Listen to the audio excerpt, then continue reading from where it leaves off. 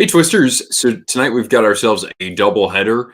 The first game is the Nashville Predators taking on the Los Angeles Kings. And then 30 minutes later, we've got ourselves the Edmonton Oilers hosting the New Jersey Devils. So being a double header, that means I'm going to be watching both games and providing some commentary and reaction, really, from what I see here. And we'll see which teams come away with the 2 points tonight.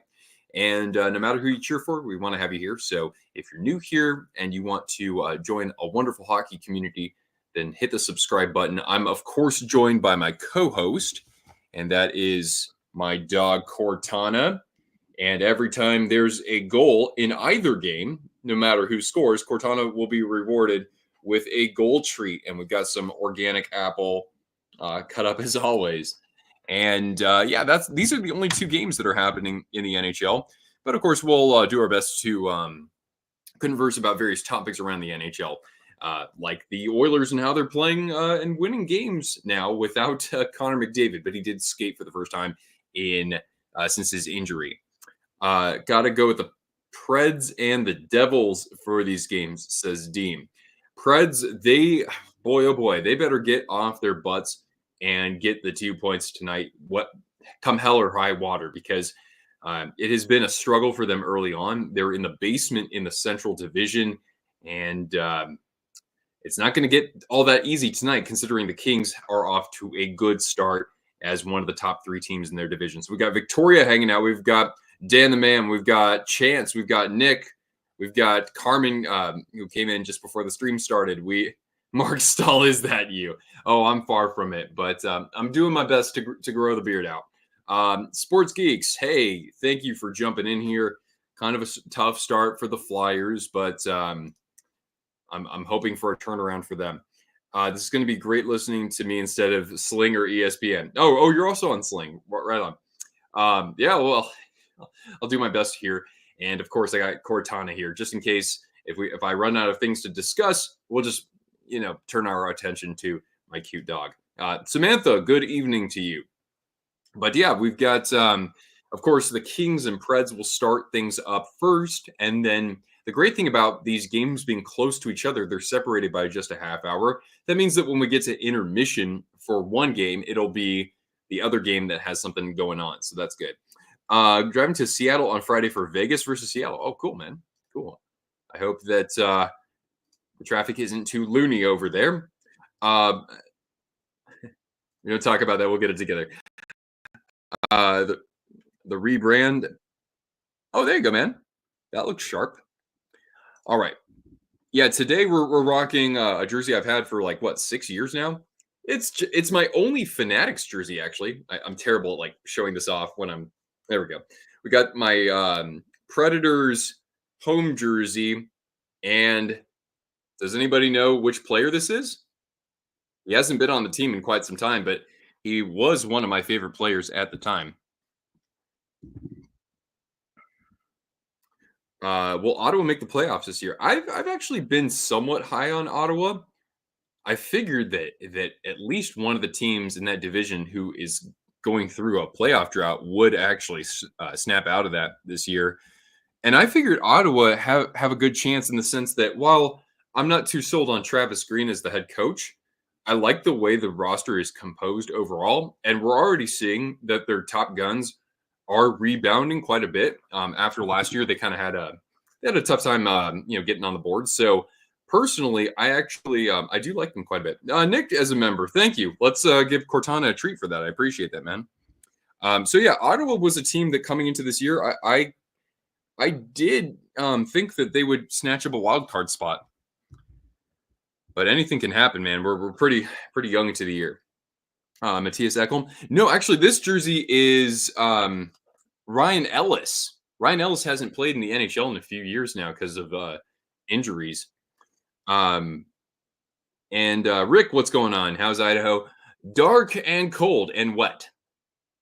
And that's going to be most of the next several months over here. Yeah, so I do have an Ekholm jersey behind me, actually. Somebody mailed it into me. It was a subscriber gift, and actually it's signed by Matthias Ekholm. Same with Washington. Yeah, I would have thought. In goal tonight, it's Saros versus Kemper, so the main starters. We just check to see if there are any main injuries with these teams. Still in NHL games. Oh, is he really? Interesting. Yeah, he hasn't announced his retirement or anything like that. So for Nashville, they come in with a record of just 4-6-1, and that is good for last place in their division, even by points percentage. They're just a little bit behind another team who's been disappointing early on, the Avalanche. But the Avs, as we learned today, will get back Lekanen for their next game, and they'll get Nichushkin back by the 15th. So that's terrific news for the Avalanche. What are we drinking tonight? Yeah, McDavid is still out, but he did score, or excuse me, he did practice today with the team for the first time. Do I have any AHL jerseys? I got a jumbo beard. Oh wow, man! A lot of people have been having complimented me on this beard. Thank you so much. Uh, I do have in AHL jerseys. I used to have a Manitoba Moose one, but I sold it. I have a Hershey Bears jersey though, a brown one. But I think that's the only other AHL jersey that I have. Micro, what's going on? Good evening to you, and good luck to Nashville tonight. Favorite flyer if I have to choose current players? Well, I don't want to just say Mishkov because I got to give him some time to really grow on me. Um, I don't want to pick the low hanging fruit with Konechny either. I mean, I do like Delorier because he's entertaining as a fighter, so he would be in the mix for me. I forget. Wait, do you guys still have? Is Hathaway still on your team? I forget. I always liked him quite a bit when he played with the Capitals. Um,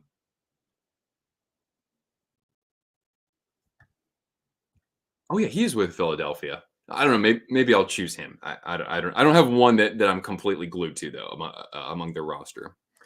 The kitty on the yellow team is mad. That's cute. That's really cute. Um, Shave your beard to look more professional for work. Well, yeah, that's well when I'm not working for anybody right now, so there you go. Um, yeah, Manitoba Moose jerseys are beautiful. To the NHL standings. Let's see here. Yeah, yeah, it's a shame oh yeah, that Price's career came to an end the way it did. What am I drinking? Asks Jay Cherry. I am drinking a concoction consisting of Powerade Zero and Icelandic vodka. So Skal, as they would say over there, not Skull, but Skal.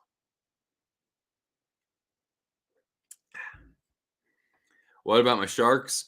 Boy, I was so frustrated watching them over the weekend. Because they lost in the final minute of regulation after they tied it up with the net emptied. It was not fun with how just again they still fail to generate offense. It's just like they skate into the zone, they dump the puck, and then they go change. But hey, they're getting Celebrini back. That's good. Granlund has been super fun to watch. Fabian Zetterlund, William Eklund, all the Lunds are making me happy. And they got Liljegren. So we'll see if he can be a factor for us pretty soon. He just played his first game. Celebrini will be back for the next game, so that's great news for us. Hey Derek, how you doing, man? Panthers looking pretty strong. You're going to stream during Bruins and Maple Leafs tomorrow. Okay, cool. Well then, guys, you want to go check out Micro? Longtime fan of the channel here.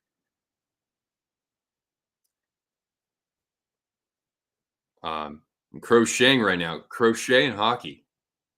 I have yet to try such a thing, but I'm not very dexterous. I'm not super good with my hands. I mean, I can converse with my hands from Italian heritage, but that's about it. All right, so we are underway here from Bridgestone Arena, which has been maybe my favorite place to watch a game. Honestly, Bridgestone is a lot of fun. Kings coming in with a record of 6-3-3. That's good for one of the top three spots in their division.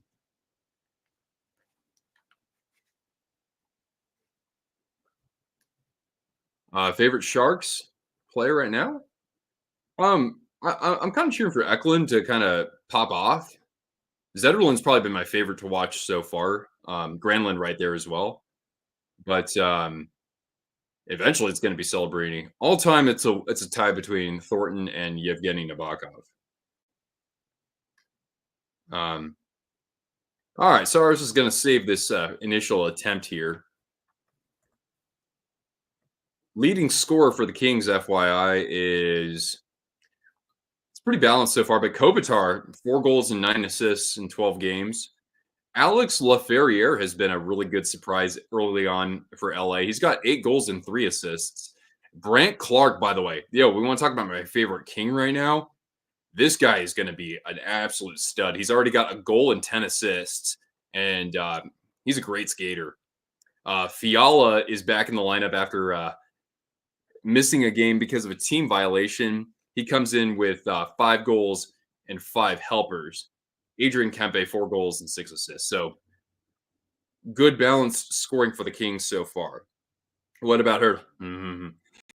Hey, congrats to Hurdle on his 500th NHL point. Oh yeah, that's right. Wait, Vegas doesn't have a road win so far, huh? But they're undefeated at home, or at least in regulation.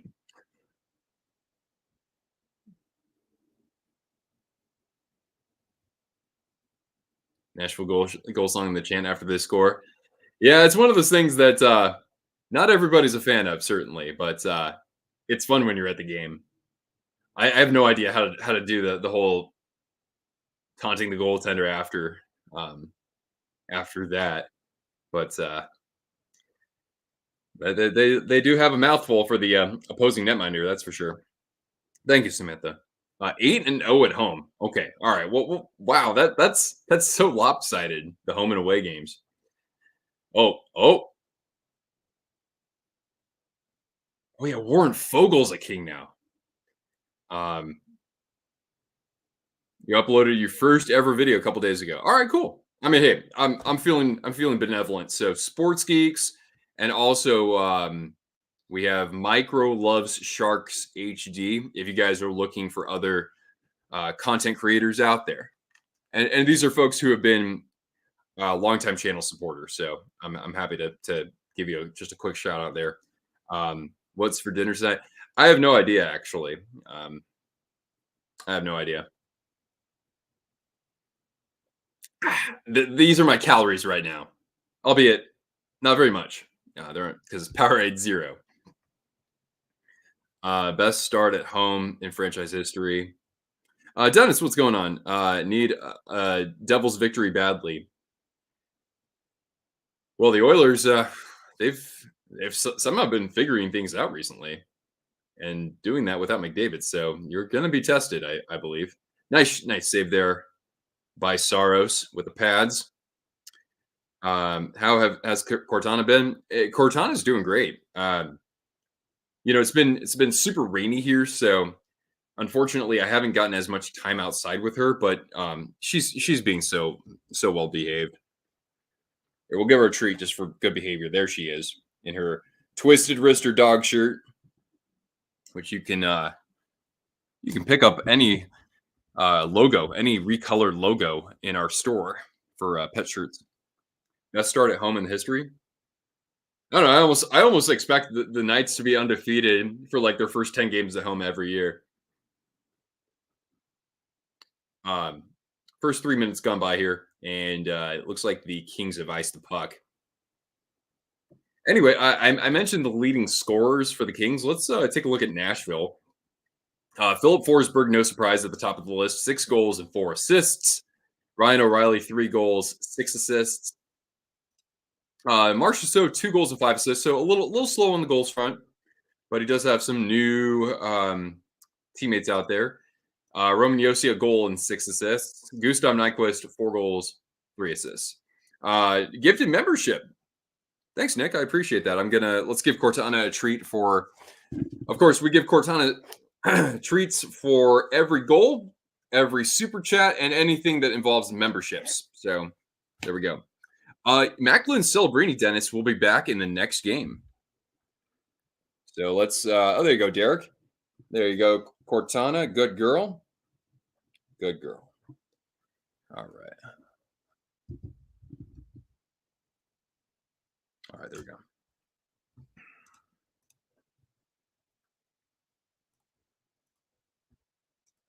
Yeah, there you go. Enjoy the emojis.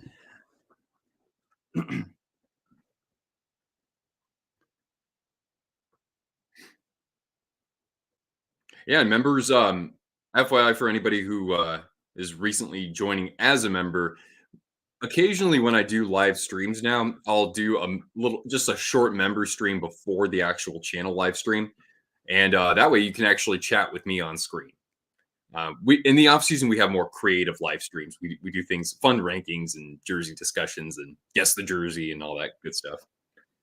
All right. So here's Kopitar. And don't forget, the Kings have been doing this with Drew Doughty out of the lineup.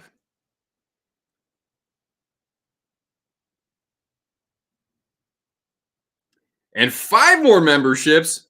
Well, geez, I'm gonna my first intermission. I'm gonna have to reload the treats for Cortana. Go downstairs and get more of them. 5 memberships. Hey, now let's give Cortana even more.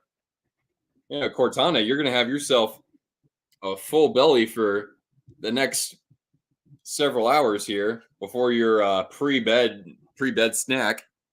Bruin just joined as a member. Let's give Cortana another one for that. All right, awesome. Thanks for joining, Bruin. Fantastic. Guess I gotta get the next member stream. I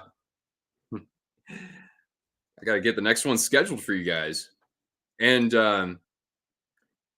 when memberships are gifted, and when people join as members, obviously that supports our channel.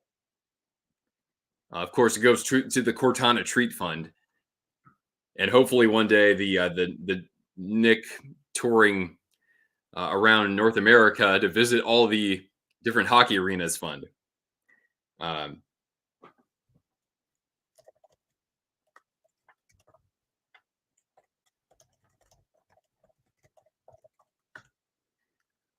is there going to be a power play here? Yeah, Preds are going to go on the power play.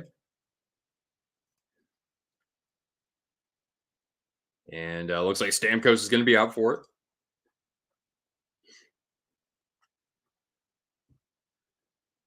But the Kings are going to control this faceoff, and Trevor Moore, he'll send this all the way down. Saros actually had to make a pad save there. I think the broadcast team was saying the Preds were 2 for 2 in a recent game on the man advantage. And here comes Marchessault, and he gets stripped of the puck by Gavrikov. Kings able to poke this out. Deneau initiating the clear. And now Roman Yossi will get things started here for the Preds entering the zone. Marchessault and Gavrikov trying to swat away at the puck. And Byfield able to clear here, and the Kings penalty kill looking sharp early on.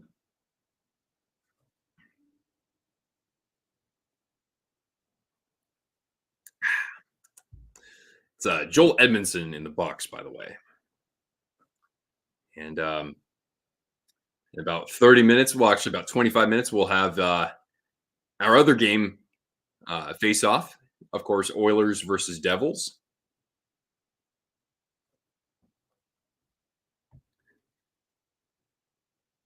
And nice job by the Kings just to stand up the Predators when they entered the zone. Evangelista trying to scoot it by the defense here, and Spence is going to lift this clear.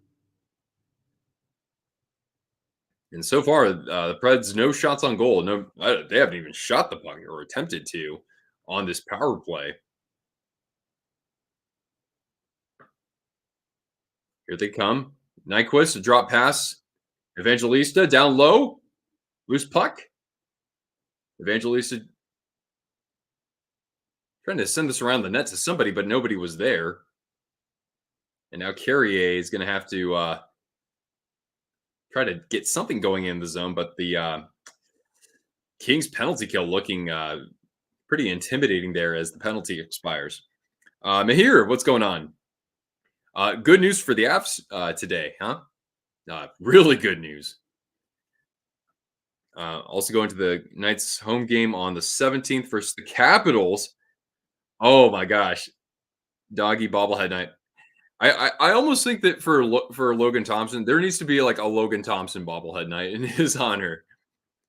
Um, but that should be a fun game considering the Capitals have been scoring at will when they play anybody not named the Hurricanes.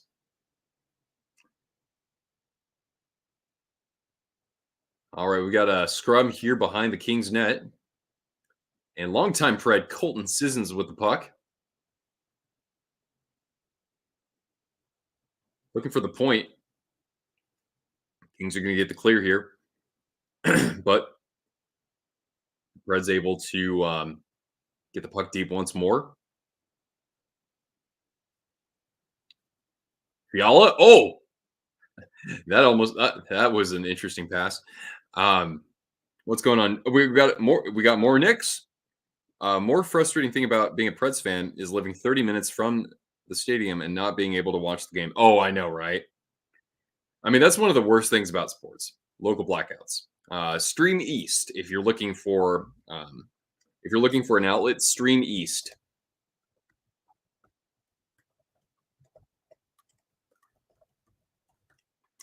Gonna wait until April.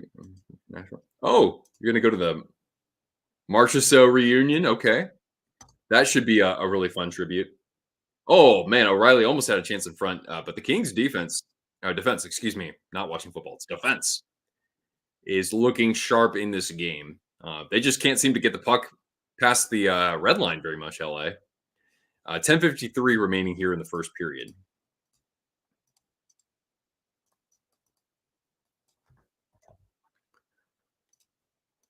Oops, there we go. Just at the Avs game, we go to the mall. That is the one thing. I moved away from like the San Jose area 4 years ago.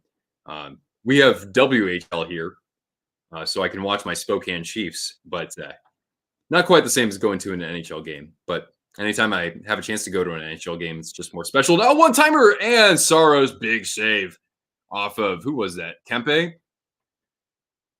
Big save.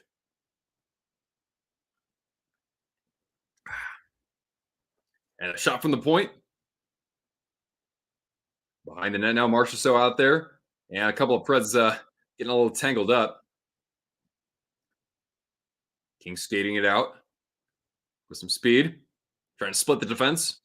And Stamkos there on the back check. A shot off the loose puck. And Saros trying to fight that one off too from Fogel right there on the doorstep.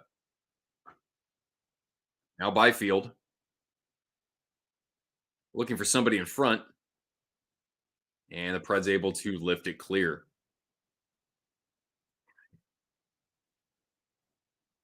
And Saros from behind his net touching it for Carrier. And dumped by the Preds. Looking for somebody in front. Novak was there, but a nice pass breakup. Jankowski. I didn't know Jankowski was still in the league. And an icing here from the Kings with 9:20 remaining.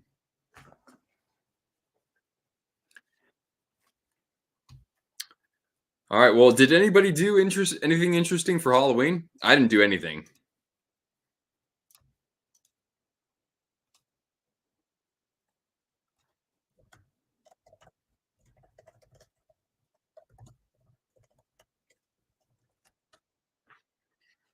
You worked?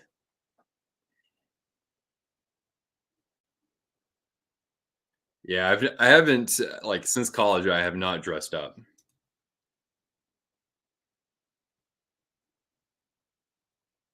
Yeah. Did anybody do any trick or treating? Like take any family members, any like nephews or nieces?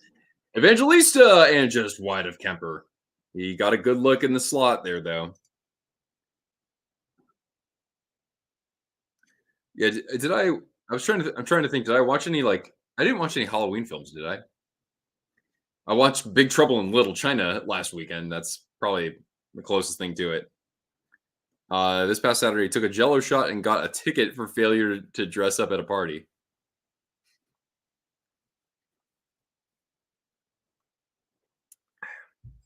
Well, then what's your punishment? Not a huge Halloween fan. Yeah, it's not quite as you got to kind of go out of your way as an adult to like kind of hype it up for other people, to get other people to dress up or yeah. I mean, I went to like a small beer festival over the weekend. That was pretty fun. I mean, no costumes or anything, but other than watch a Halloween marathon, like the Halloween films with Mike Myers, not Mike Myers, but like Michael Myers. All right, Cortana, your punishment was the gel shot. Oh, okay, okay.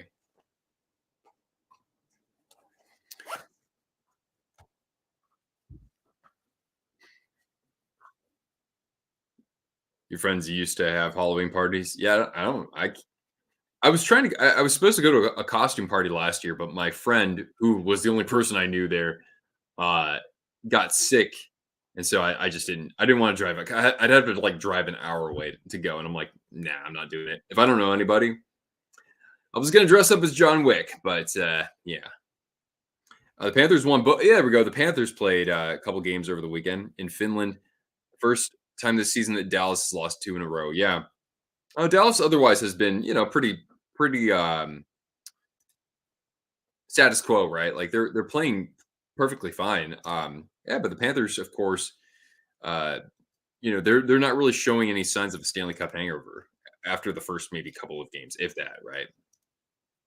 But yeah, congrats to the Panthers there, and good on the NHL, of course, for playing some games in both Czechia and also Finland.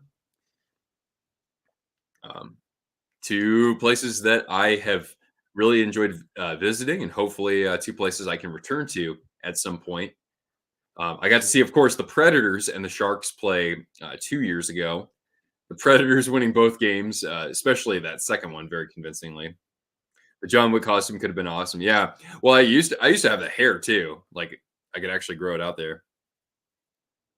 Uh, and then, of course, later this year, speaking of Finland, although Czechia won't be in it, we have the Four Nations face off. I I haven't been like following too much regarding rosters. I just saw some like prospective rosters. USA it looks pretty interesting. Canada's got the forwards, but USA defensively looks pretty strong, and the goaltending could be really good.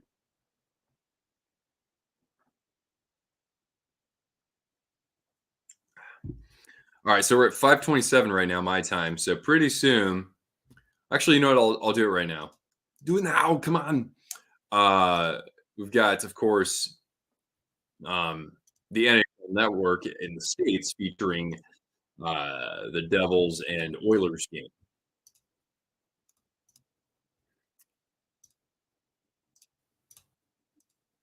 There we go. Perfect. There we go.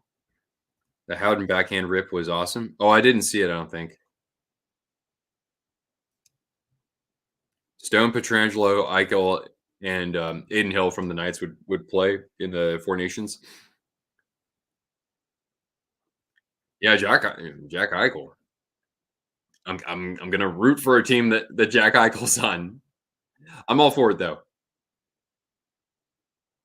I mean,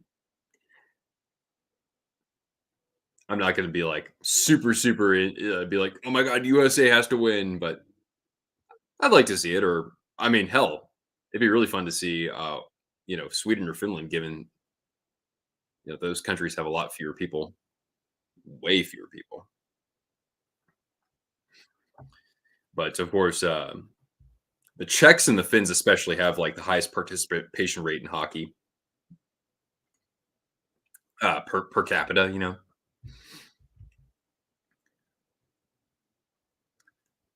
So far, the Kings actually have 8 shots on goal, but the Preds only have two, which is funny because I've seen the puck in the LA zone quite a bit. It's just that Nashville's not able to. Oh, and there's a kick save there from Kemper.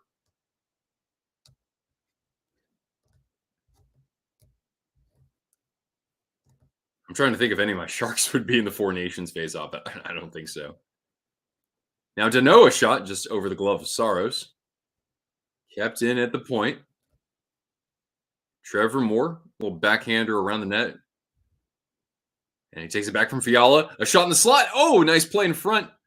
But Fiala couldn't quite get a stick on that puck.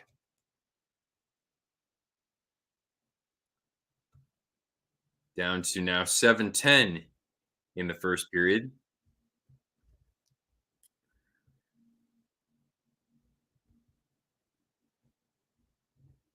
And this Four Nations face-off, what Four Nations face-off is going to be in Boston and Toronto? Is that right, or is it Boston and Montreal? And a big save there by Kemper. William Karlsson for Sweden. Yeah, I can see that too.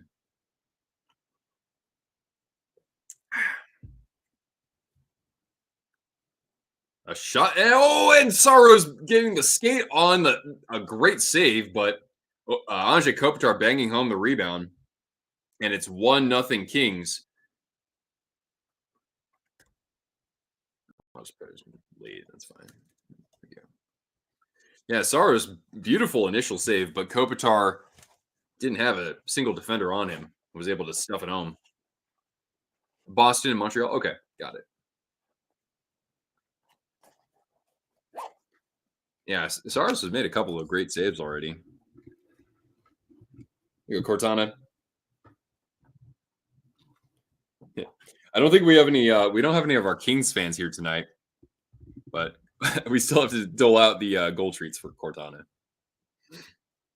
I don't know what. I have something in my throat. I don't know. Whew.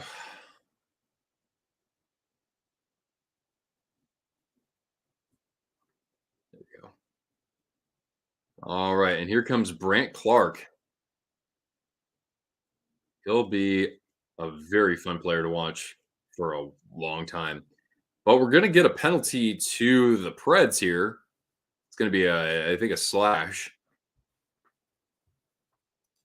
So the Kings maybe a chance to extend their lead. Yep, a slashing call it is to Mark Jankowski. And we'll see. Yeah, we'll probably look at Brant Clark a little bit more on this power play. Just looking at the team stats here. If my computer can get to it quick enough. Come on. There we go. So the Kings power play comes in with a Kings power play is only 21st at 16.7%. Tied for 21st, I should say. And the Predators penalty kill is actually the second best in the NHL at 91.2%. Go figure. They're just not scoring goals, I guess. But anyway, we're at a commercial break.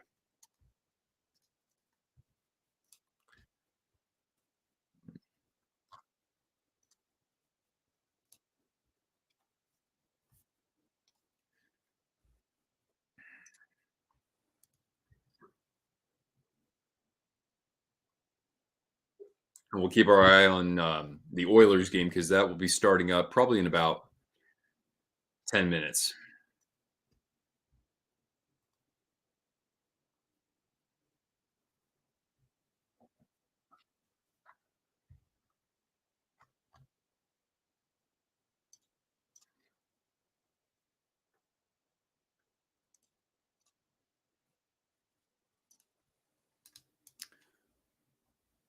So yeah, Kings power play coming up in just a moment here.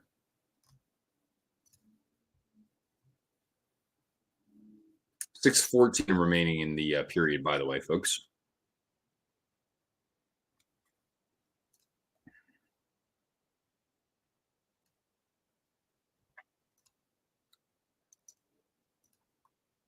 Boston, Montreal. I've seen a game in Boston. I've never been to Montreal, though. All right, here comes Clark. And in the slot, and Star was able to steer that away. And now the Preds are able to bring it out of their zone. There's only one Leaf who's on Team USA. Yeah. Yeah, who knows? Maybe next time they have it, it would be wait, is Nyes American? I know he went to Minnesota for college, right? Yeah, he's American too. But he's off to a really nice start, Matthew Nyes. God, he's also originally from Arizona. Arizona's produced a few NHL players over the last several years, huh?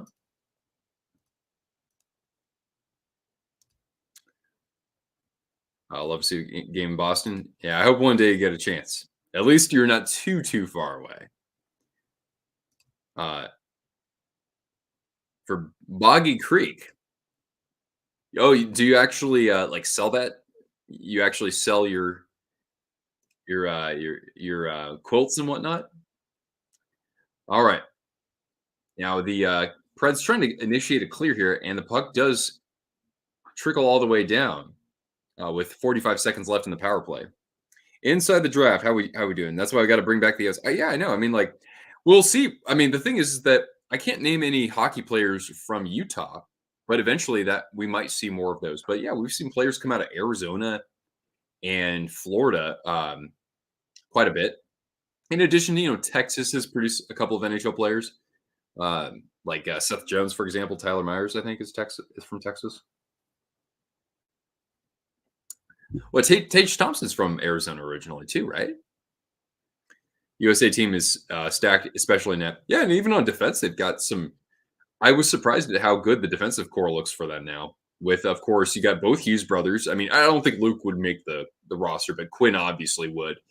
Um, you've got McAvoy, you've got Jacob Slavin, maybe Jake Sanderson could crack it, and then yeah, goaltending is crazy because there's going to be one really good goaltender left off the list because you've got, of course, Hellebuck, Demko, nice pad save from Saros, Hellebuck, Demko, Ottinger, and Swayman. Has the Edmonton game started? Not just yet. It's a charity. Oh, that's wonderful. That's wonderful, Samantha. I'm sure that takes a lot of time too, but I'm sure they're very grateful for that. You've seen a game at Madison Square Garden. Yeah, I've never been to Madison Square Garden.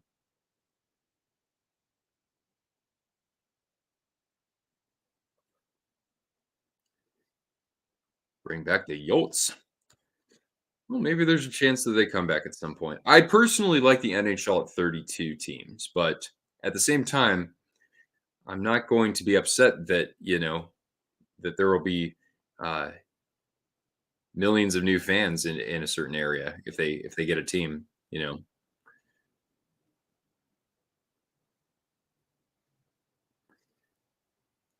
Hi, Cortana. Hi, sweetie. All right, down to 3:20 here in the first period. Kings already have 12 shots on goal. So Saros, I mean, the guy's being put to work a little bit, but he has made some very nice saves. Now, Marchessault dropped pass. Here's Novak. Novak's been a little bit quiet to start this year, I think.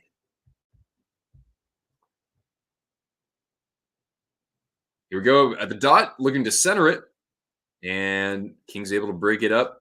Top line's out there. Here's Kopitar, the lone goal scorer so far. Honestly, Kopitar, I mean, he's basically like Sidney Crosby. He's like He's the Western Conference Sidney Crosby. He gets older. He's 37, I want to say, but he's still playing at such a high level. Not to mention, he's won I think 2 Selke trophies, and also which should be renamed the Bergeron at some point. And also, don't forget he has 2 Stanley Cups and has been a longtime captain now. Now 2:25 left in this period, and yeah, I keep waiting for this Oilers game to start. I would think in the next 5 minutes we'll drop the puck. You've been crocheting for 4 years. Nice. Favorite colors? I kind of like cyan, like bright blue, kind of like what you see on my screen here, in my branding. It's probably like my favorite color now. I also love purple. I freaking love purple. My favorite football team is the Vikings. Hey, how you doing, Nick? We got a lot of Nicks hanging out with us tonight. Before the quote unquote end of the world tomorrow. Oh gosh. Vikings are 6-2. Skull, there we go. Yeah. Oh boy, that first half was so ugly last night, but fortunately, the Vikings were playing against Joe Flacco.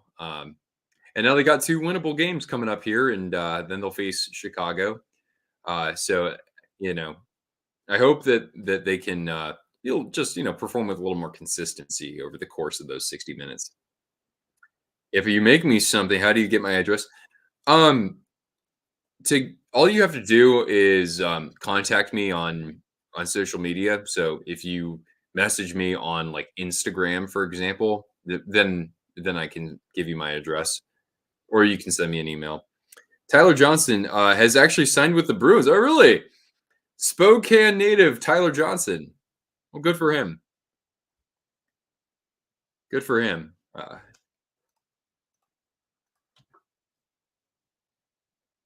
Actually, Mrs. Twister went to high school with Tyler Johnson for a year. It's crazy. I know Tyler Johnson to the second degree, technically.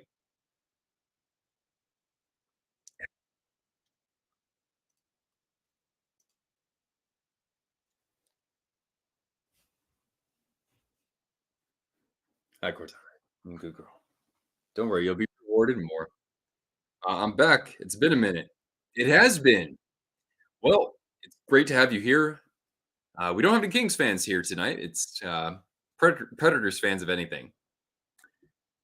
So you're in good hands in that sense. And thanks, Cody. I appreciate that you hang in here. Whew.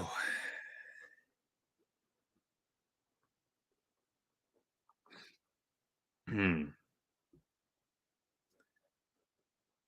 But yeah, Nashville not a very good start to the season. I'm not going to say that they're going to miss the playoffs, but their record does need to improve over the next couple of weeks because, as you know, when we get to that Thanksgiving deadline, that's usually an indication as to who's going to be in the playoffs or at least competing for a playoff spot. Jason Zucker's from Vegas, yeah.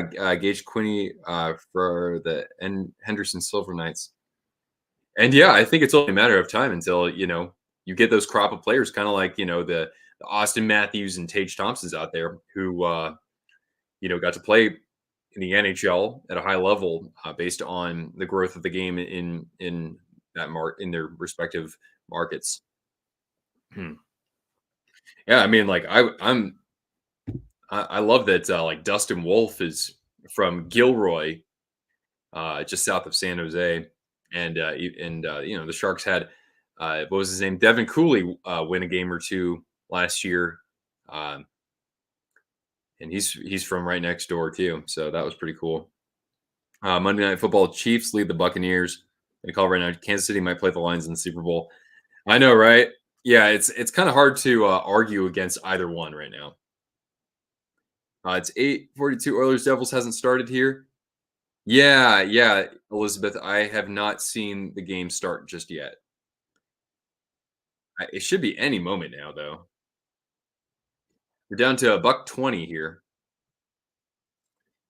Um, and yeah, as Nick was saying, the Lions, to me, I mean, I don't think that there's much debate that they're the best team in the NFC. And the Chiefs, I mean, I don't know how the Ravens or the Bills are any better now that they can beat Kansas City in the playoffs and the refs. But yeah.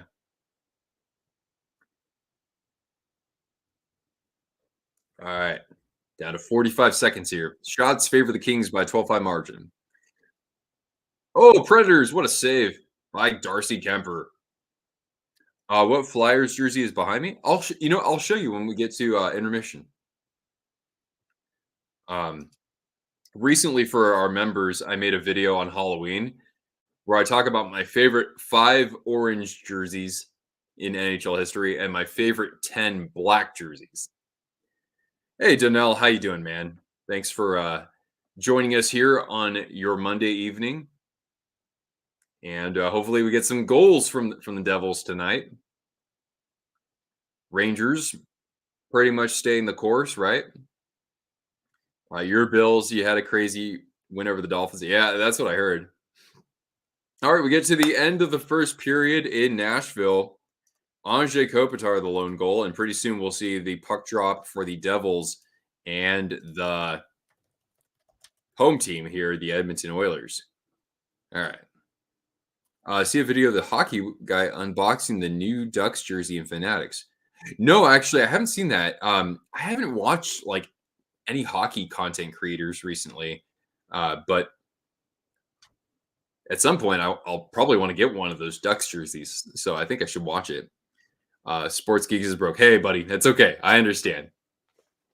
All right. Yeah, let me show you what I have behind me, though. All right, this is just a regular. This seems like a regular old, Flyers traffic cone orange jersey in Reebok. But the cool thing is, as you can see, you got some numbers here, and this is not the vinyl. This is like actual fabric patches, 93. So it's got to be Jakub Voracek. But check this out. It's actually signed by him. As you can see here, Jakub Voracek signed this jersey. Now, I did buy this on eBay. It doesn't have a certificate of authenticity, but a friend of mine took a look at the signature and he said, "Yeah, that looks real," and I think so too. So I think he signed it.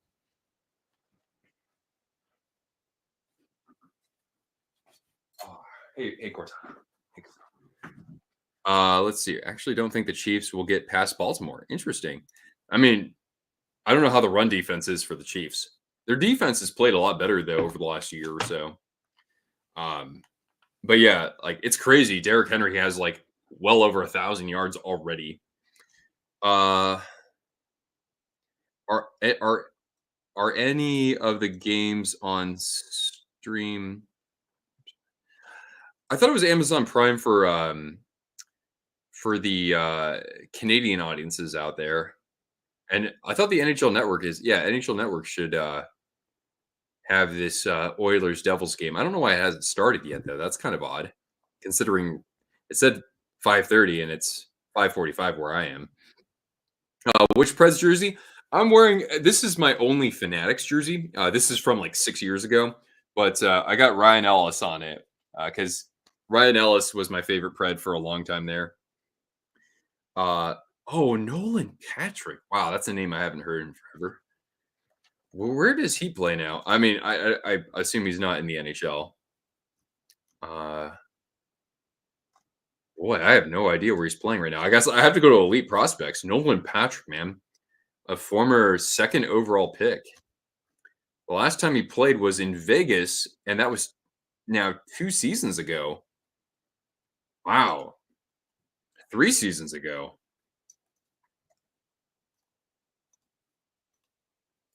Oh yeah, Devils and Oilers is underway now. So what we're gonna do is I'm gonna mute that. I'm gonna mute the Kings Predators game, and now we'll focus on the Oilers game. Thank you, Danelle. All right, here we go. Okay, so now we have EDM 00 NJD. There we go. Yeah, so of course, Oilers playing without Connor McDavid. Game on, exactly. Patrick hasn't. I never heard about him retiring, but yeah, NHL 25 update to put in real coaches. Yeah, yeah. I mean, I don't play NHL. I don't chell, but I saw the Sharks post a photo of Ryan Warsofsky in the game, and they gave him more hair on top than he has, but I'm sure he appreciates that. And yeah, I'm happy to see that too. I wonder. I'd like to see how John Tortorella would look in that game, frankly. Yeah. Interesting. Yeah, that's so sad about Nolan Patrick, man. Uh, you're a guy you met. Yeah, Lindblom when he came back from cancer. Initially, he made a great impression there. But yeah, I mean, after that though, at least from what I saw in San Jose, he just wasn't at that point in his career. He just wasn't cut out for the NHL. But I think he's still playing in the AHL. Yeah, the Islanders have been awful. Exactly, man. I agree with you, Danelle. All they could do in the offseason was get Anthony Duclair. And I like Duclair, but he's not going to transform your team.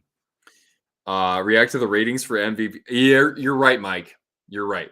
I'll do that. You might have to send me a message on Instagram again, but yeah, I can do that for you. Uh, in general, NHL 2K10 for hey, 2K, man, 2K Sports, 2K Sports, all the way. I'm a big time 2K fan. 2K football. Oh, 2K NFL 2K5 is better than anything Madden makes today. It's that good. Uh, the Chiefs might go 20-0 and surpass the 72 Dolphins. They're a different team right now. Oh, yeah, they have DeAndre Hopkins.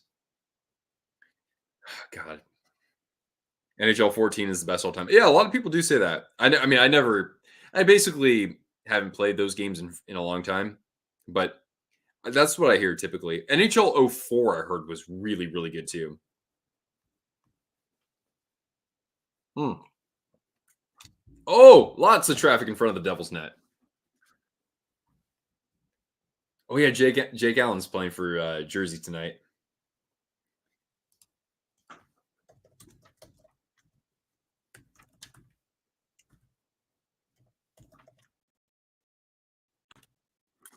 Everyone has liked college football 25. Oh, that's good. Yeah, I played a little bit of that back in the day. Um, yeah, the Chiefs still though they don't really have that like true number one receiver at this point. Point prediction for Jack Hughes. Oh, this year I thought he'd be like around at least 100, like somewhere around 105 to 110. I don't know if he's going to get there this year, but that's my guess.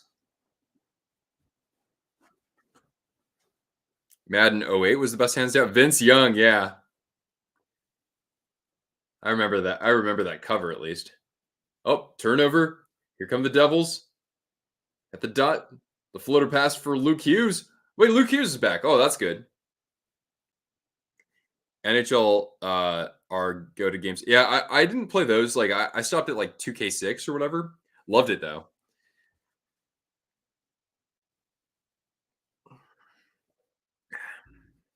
Kirill will hit at least 105. Kirill might hit a Kirill is more likely to hit 105 goals at this point. He's gonna have like 130 points or something bonkers. Minnesota, man, they've been fun to watch. Brooklyn, hey, how you doing? Good evening.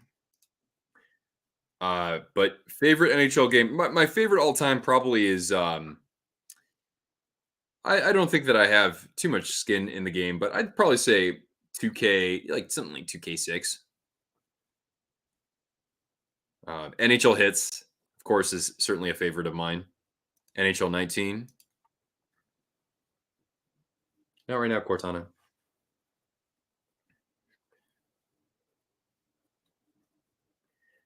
A lot now. Oh, looking for somebody in front, but that's broken up by the defense. What's our pull at, by the way? Oh, scrambling is Allen, and he's able to cover up. No, puck's still alive. Zach Hyman out there. He's maybe starting to feel it a little bit. Physical copy of 2K10. Very nice. Was that Alfredson on the cover? I can't remember. Or was it Ovechkin at that point? Predators and Devils, the two Preds and Devils was the plurality of voters tonight. Not looking so promising right now, but oh, and the Devils strike first. Oh, Stefan Nason, San Jose Sharks legend, Stefan Nason. And traitor to the Carolina Hurricanes. Him and Brett Pesce, both of them. But Jersey is on the board first, and let's give Cortana a goal treat. But yeah, Jake Allen, they're putting on a show. All right, Cortana, come get a treat. I don't know a single thing about hockey. I just saw the stream. Oh, cool. Hey, that's cool. We do have a lot of viewers who are. Oh, sorry, Cortana. We do have a lot of viewers who are newer to the game. They're not always in our stream, but at the end of the day, we welcome anybody who's even remotely interested in the game. I don't know if you've ever seen this. I made this a couple of years ago, but I do have a video on 10 tips for watching hockey.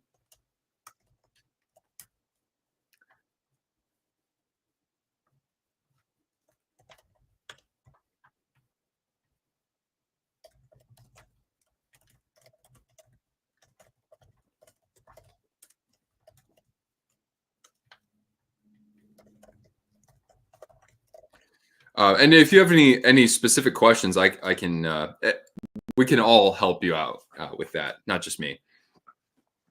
Like when the Oilers and Draisaitl get scored on. Speaking of Draisaitl, I did not know this. I know that the Preds are playing right now, but and so are the Oilers. They're not playing each other, but I learned last week that Leon Draisaitl in 28 career games against the Predators has 27 goals. Oh, a nice save there from Pickard through the traffic. It was Jonas Siegenthaler who threw that on net. Shocked how good the Knights are this season. You know what, man? I'm kind of like I agree with you, and yet it's like, but it's Vegas. You know, they always come out like gangbusters.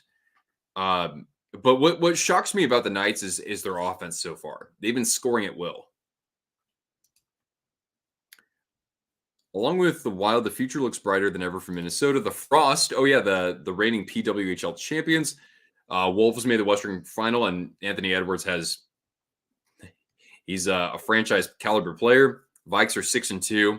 They're going to Vikings at some point. And Minnesota made the MLS semifinals. Oh, good. I'm happy to hear that. A dive side. No, I'm sorry. When you fracture your wrist, you don't dive. What should I look at when? Okay, yeah. If anybody wants to chime in here, what should you look at when you choose a team to follow? I mean, people have various reasons. People want to cheer for the team that they live closest to. People want some people cheer for a team because of players on that team who are from like a specific country. Like if you have, Swedish heritage, you might cheer for the Canucks. They have a lot of Swedish players typically. Some people cheer for teams based on their mascot, right? The logo that they wear, the jerseys, what that looks like. So, I mean, there are a few ways that you can cheer for a team. And sometimes people just, they catch on to a team that's just really exciting to watch, that scores a lot of goals. They might not win a lot of games, but when you can score a lot of goals, then you're just by default pretty exciting. All right, Bruin, thanks for joining as a member, and we'll see you for the next one, man. Something happened. Yeah, New York sports actually has had it pretty good recently. The Knicks had a good season last year too. Yeah, and the Yankees at least got to the World Series for the first time in 15 years or something like that. George, the city, like proximity to your city and the jerseys. Barbashev, Eichel, yeah, that's true. Barbashev's no slouch. I've always been a big fan of his. Yeah.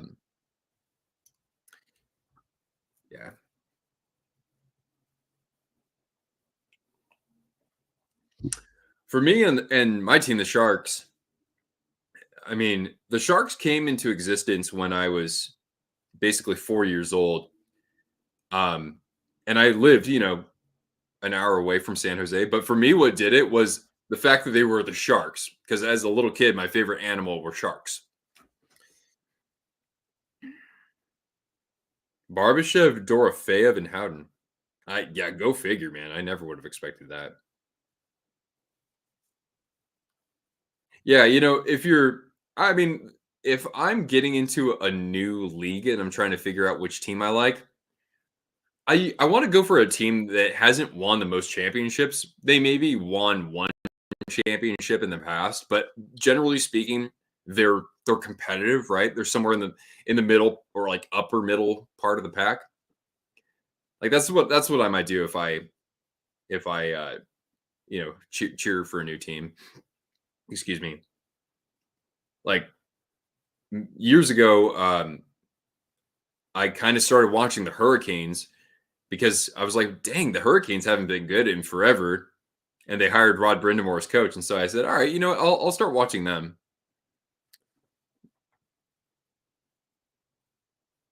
Chicago's a cool city and the jerseys are cool. Yeah, I mean, Chicago is pretty, being a Chicago Blackhawks fan is pretty distinct. It's a unique, distinct experience, And I would say the same thing for like the Philadelphia Flyers, right?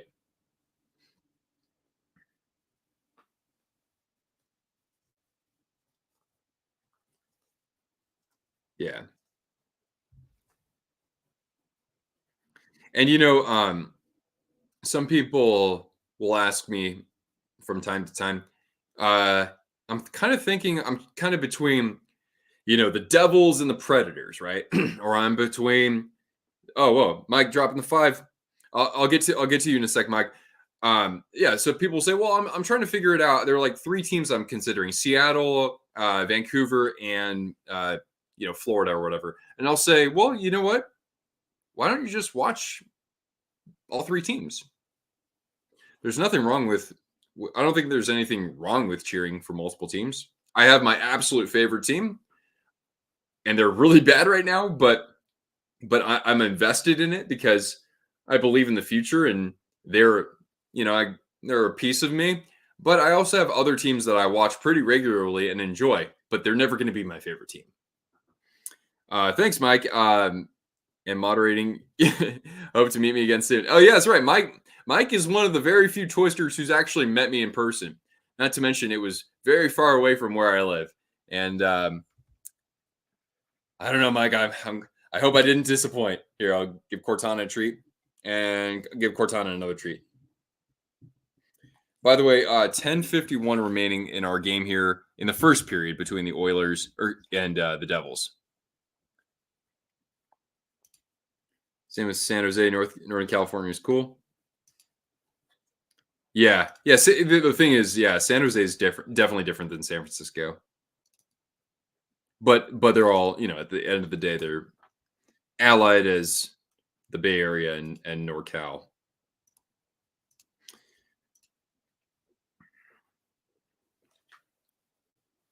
Yeah, and that's a good point too, George.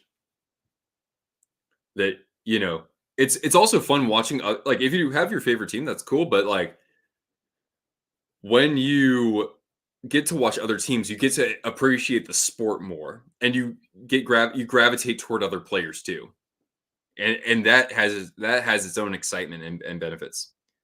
Doggy, yeah, that's Cortana. Second that, more Cortana trees. There we go. All right.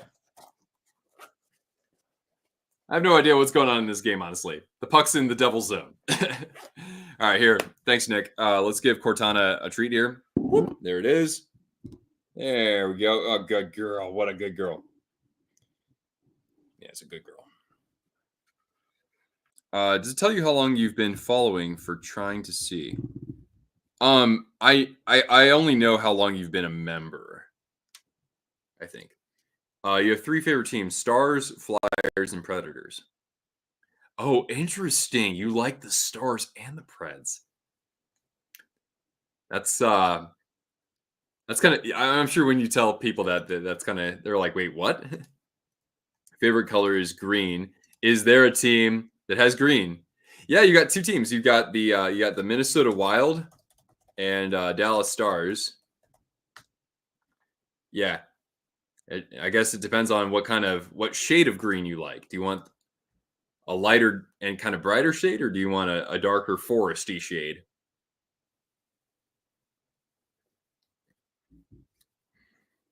Yeah. The Vancouver Canucks have some green in their colors. Their jerseys are blue, but yeah.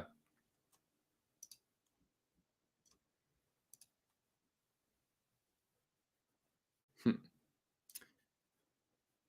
You enjoy watching other teams, Kings, Kraken, Rangers. Yeah. I don't know about watching the Kraken so far though, man, because I know that you're somewhat, they're your regional team, right? But God, Kraken, man, they've been a little frustrating. They got shut out in their last game. Twitch stream, I haven't done anything with Twitch in several years.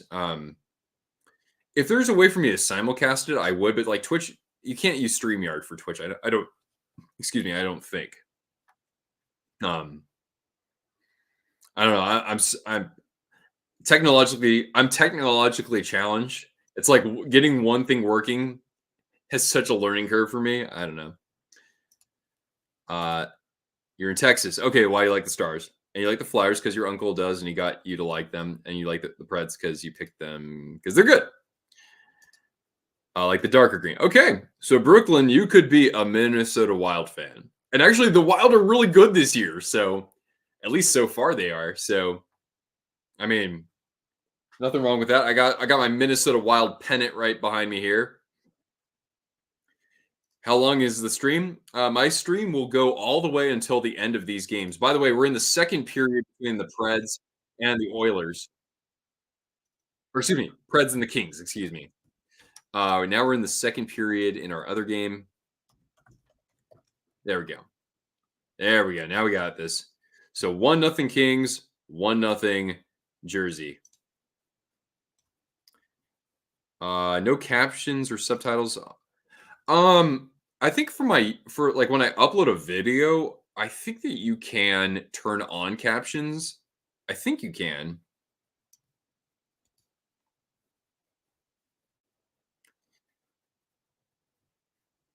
Uh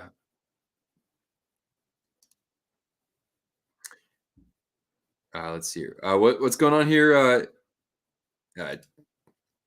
Tijon? We're doing 2 games right now. 2 games at the same time. If I had $1,000,000, I'll tell you what I'd do, man. 2 games at the same time, man.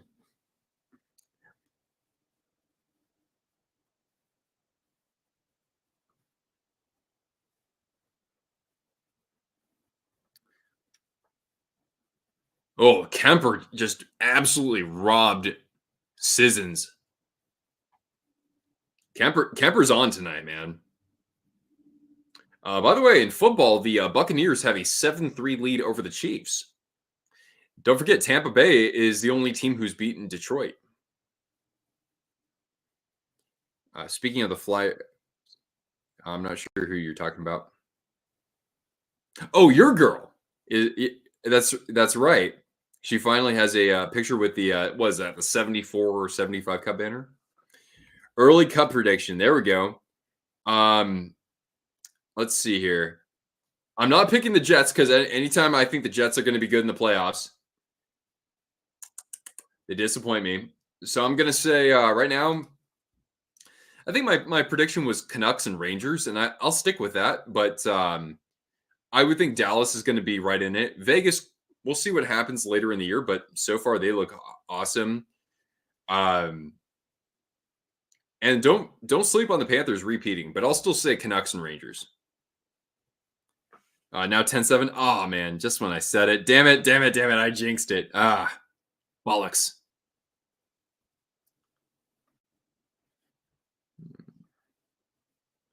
I remember the Jonathan Quick trade to the Rangers, and that's crazy because he was so good on the Kings. Former Golden Knight and kind of former Blue Jacket Jonathan Quick. Yeah, Jonathan Quick, he might go down as the best American goaltender at the time of his retirement. In that conversation would be Frank Brimzik, Hall of Famer, Mike Richter, and to a lesser degree, but still a personal favorite of mine, and that's Ryan Miller. Oh boy, I don't think Pittsburgh's going to even make the playoffs, Samantha.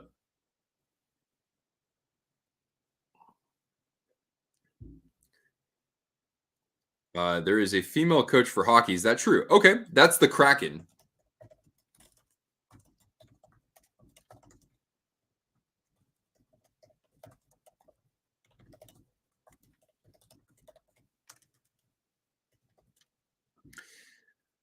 Yeah. I don't think. Do I not think the Canes can make it? I like what they're doing right now. If they can play like this, because they're getting some good production from some of their top offensive players, not named Sebastian Aho. Oh, big save, Pickard! Oh my God, sprawling in the crease.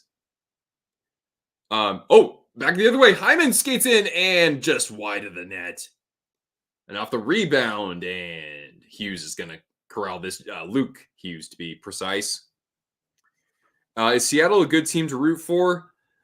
They're a little frustrating, honestly. But they have some young players who will be really good in a couple of years.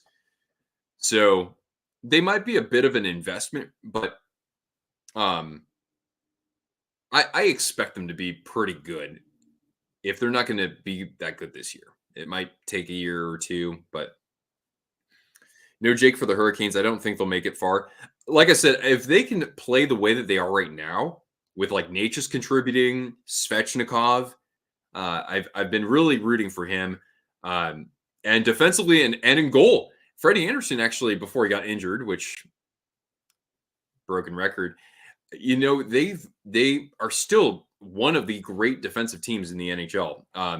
I don't expect them to go to the cup, but again, if they play like they are right now with the goal support they're getting, then yeah, I think that could be sustainable, or I think that could be a winning formula for them. But the power play in the playoffs, they got to actually capitalize on their power play. Then Samsonov, yeah, I mean, like there's another team where kind of like Boston traditionally, right? If somebody goes to Vegas as a goaltender, they're going to see their numbers improve by quite a bit. Colorado and Utah. The Avalanche, things are going to get better for them this month. And I like Utah. I think Utah's got a lot of offense. I wouldn't count them out of making a playoff spot or securing a playoff spot. Good evening, Riley. How you doing, man? Here's one. Okay. There's a replica Stanley Cup. Yeah, you have to have that, right? I've seen the real thing, fortunately. Yeah, you're gonna get one of those replicas. Here's one thing: the Sabres won't be good for a while. It's because they have so many chances to win and make the playoffs. By the way, still 1-0 in our other game here between the Kings and the Predators. Yeah. Oh yeah. And you were confused. Okay, yeah. Oh, that's a good question, Brooklyn. Like if you go on what I'll do, I think you have to go with personally, I think it's more important to use points percentage when looking at the standings. Uh so like I wish I could, you know what I'll do? I'll show you something on my screen in just a moment here. Let's see if I can do this for you. Or maybe one of the intermissions I might show you.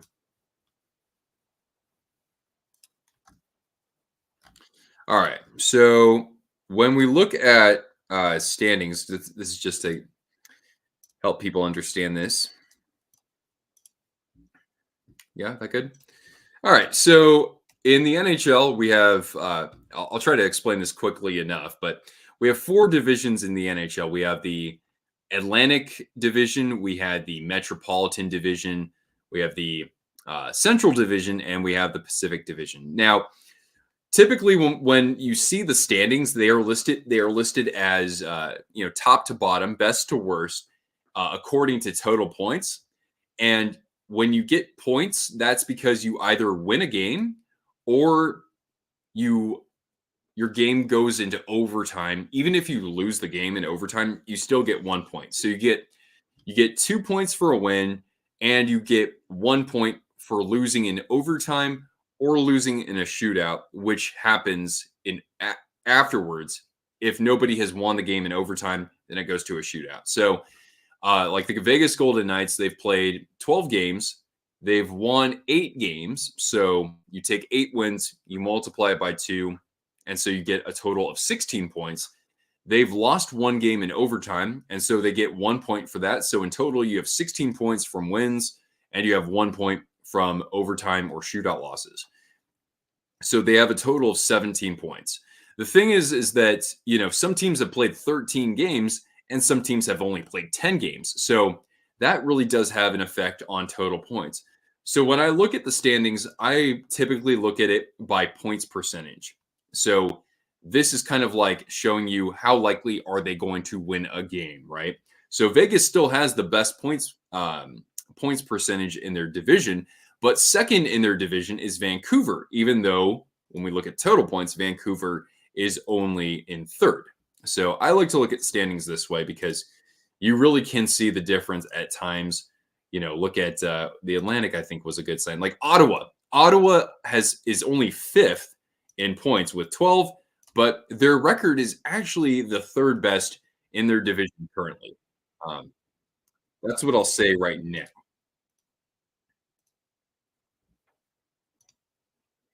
Oh, who got? Oh, the linesman. Oh man, you got $1,000 on a 2-2 game. Okay, wow. Good luck.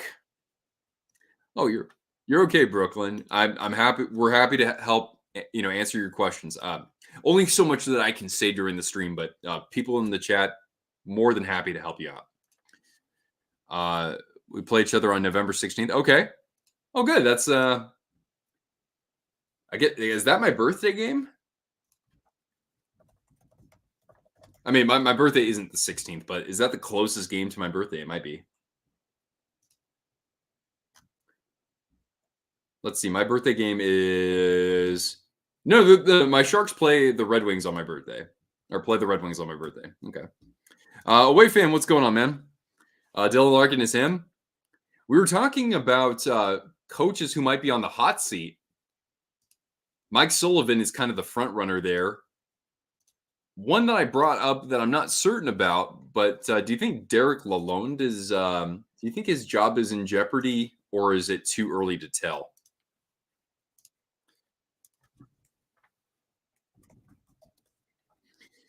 Um, oh, you took your friend to his first game. Oh, even better. How are the Sens good right now? Like I said, the Sens are built well. I'm a Jake Sanderson truther. The forwards, a couple of those guys like Kachuk and Stutzla, their productivity dropped last year, but it's going back up. That's what I expected this year. And they have a little bit of depth on their roster. And yeah, you got Olmark in goal, and I know he's not playing the best in his career, but I think that he can provide them some stability back there.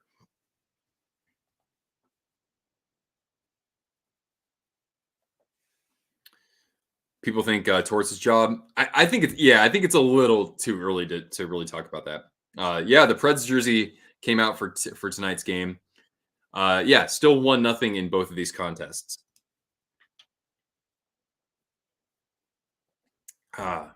When is Cortana's birthday?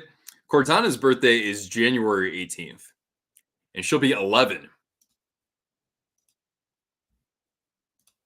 Only way the Flyers could be good is if they had Giroux back. I think they need a little bit more than just him. But hey, what's up, John? How you doing, man? Good evening to you. You would rather have Olmark over Swayman? That's interesting. I mean, I think they were pretty dead even coming into this year.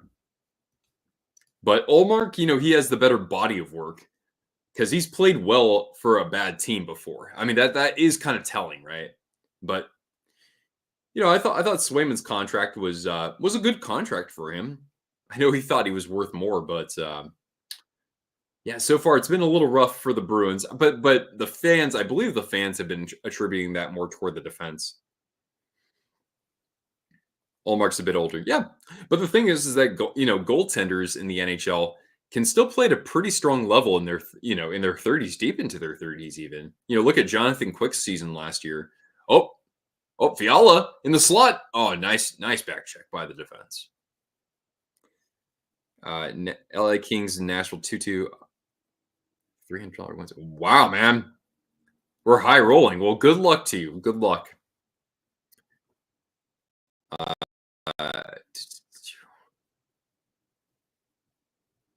Do you regret getting rid of Allmark for Swayman? I don't think so. I think that's a smart decision. Swayman is younger. Bruins needed cap space to go out and get a player like Elias Lindholm. Like I think that's smart, right? Wait, there's a fight in the Preds game? Why does it show a commercial break for me? I don't know. By the way, we're almost at intermission here for the Predators excuse me, in the Devils Oilers game. It's almost intermission. There we go. Luke Shin, Tanner Jeannot. Yeah, Tanner Jeannot. That was so crazy how his rookie season, he looked like an upcoming just power forward dynamo, and then his career just completely vanishes almost. Oh, and a save by Pickard off that shot from the point with 46 seconds remaining. Um, that's so weird to say that Boston's having a hard time defensively. Going to the Blues game tomorrow. Right on, man. And they're playing Tampa Bay. Cool. Well, good luck to the Blues, especially then.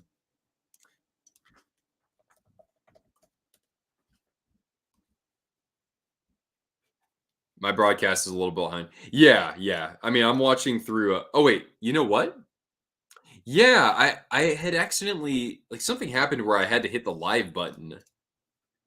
I'm seeing 12:40 left in our Predators Kings second period.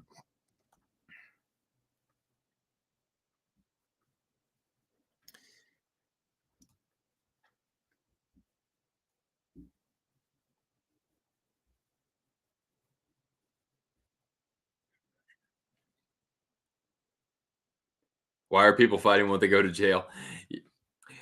No, fighting is in hockey. It depends on what league you're in. The NHL is one of the few leagues where fighting is allowed. It's seen as something that's consensual. Um, and if you fight, you get a 5-minute penalty. But yeah, fighting's been around in hockey for since the dawn of the sport.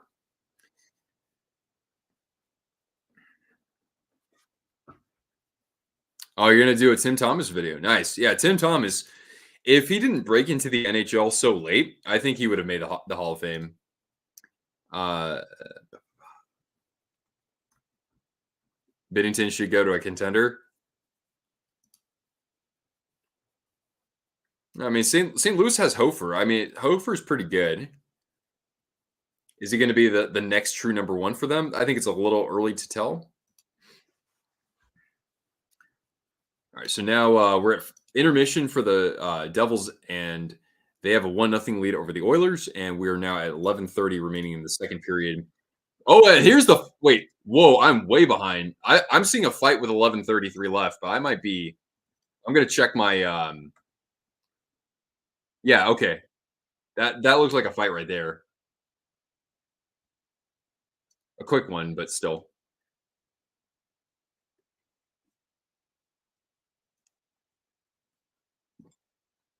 Oh, that was another fight. Okay, thank you. Um, top five defensemen in the NHL right now. Kale McCarr is still my number one. Yeah, I mean, I'd say probably like McCarr. I think Fox probably makes my top five. Um, Hughes one, the Norris. I don't know if I think it'd be criminal if I left him off. It's you got those three guys. You got Yossi, and I always want to show some love for a guy who's among the best in his own zone. McAvoy's had a tough start to the year apparently. Um, I really like Gustav Forsling. I think he should be in the conversation. Um, of course, you guys know I love Jacob Slavin. Uh, let's see here. Who would I put ahead of them though? I love Heiskanen. He he's at least got to be in the conversation. I'll put Miro in there.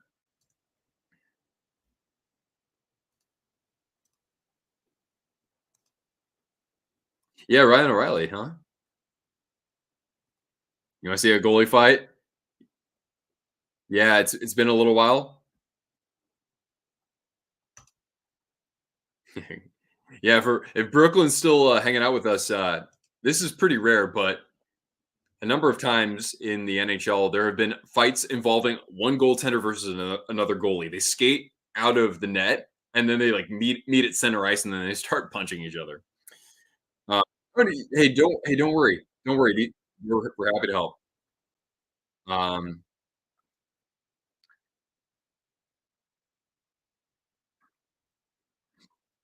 by the way, Nashville's on a power play with about 11 minutes left in the period. The first power play, they didn't get anything going. Kings were very aggressive, at least making it very difficult for the Preds to get into the zone.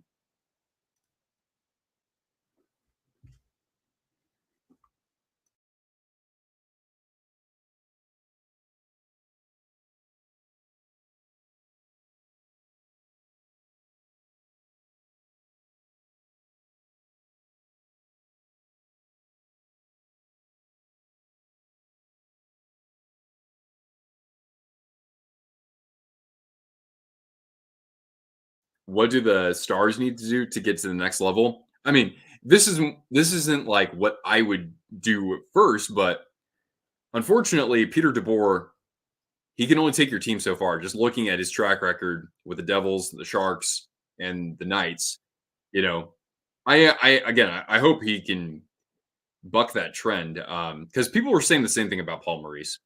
But with Dallas, I mean, what else do you do? I'd like to see them get another Chris Tanev. Like they traded for him at the deadline last year, and he was awesome for them. But they don't have that guy behind their top pairing right now. I don't think. So I'd like them to get a little bit more physical defensively. 30. Oh, Humraj, is that you? And this power play is about to expire. Kings almost got a shorthanded chance there, but they're back to even strength. Well, good to have you here, Oilers. Everybody in the chat is very lively, which is great. So I haven't really been focusing on the Oilers game so far.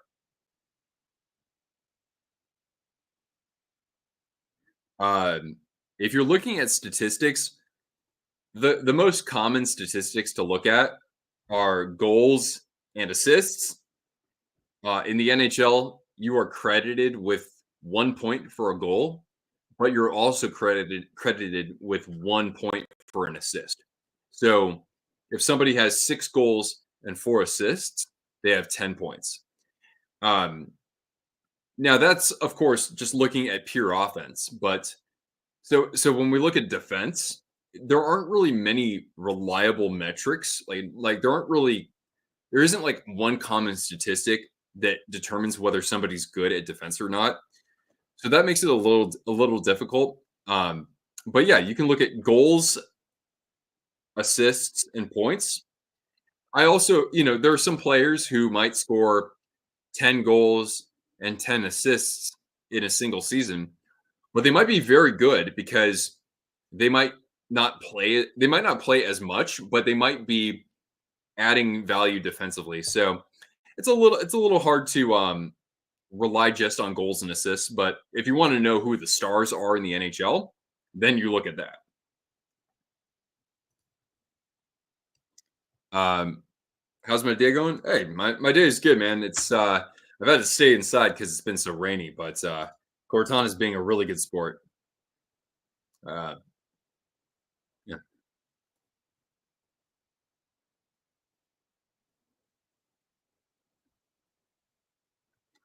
Let's see here. Wow, the Athletics have dropped Oakland from their socials. That's so weird, man.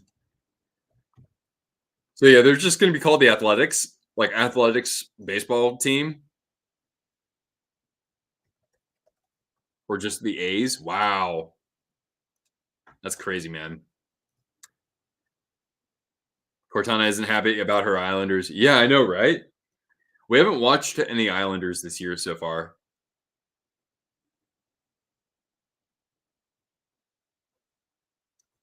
Right? Yeah, yeah. To echo Dean, Marcia So and Stamkos. Those were free agency signings. They weren't trades. Oh, we're getting another scrum here along the boards.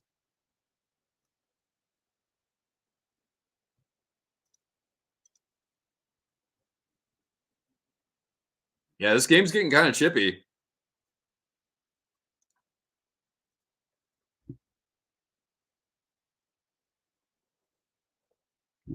Wait, who did Jeremy Lauzon get absolutely pummeled by recently? Like the dude is a force. He hits everything that moves. But he fought someone recently and got dropped pretty hard. Who was that? That was wait. It was come on, Nick, you can get it. Who fought Lausanne? Does anybody remember that? Shoot, who was it against? It was against I want to say a Russian guy. Well, anyway, that boy, that was stunning. The Sabres are just getting worse. Yeah, that's the thing, man. It's just like I didn't think that hiring Lindy Ruff was going to be the solution for them. But I don't know what you do if you're the Sabres going forward. You got two young, capable goaltenders. You know, you have some strong weapons offensively, but it's almost like their talent isn't being maximized enough. Oh my god, that's the probably the weirdest question I've ever been asked. Oh my gosh. I don't even know how I can even think about a question like that. Sorry, but I wouldn't do that. No, because that's like kind of creepy, man.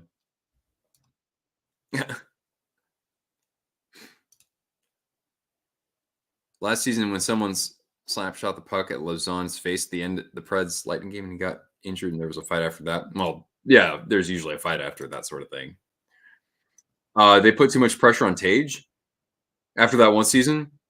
Um, I don't think so though, because I mean, like they have guys like JJ Paterka, they got Jack Quinn, they had Casey Middlestat. They have Rasmus Dahlin, former first overall pick, Owen Power, first overall pick. Like, it's not like they would be stupid to expect that much from Tage. At least I think so.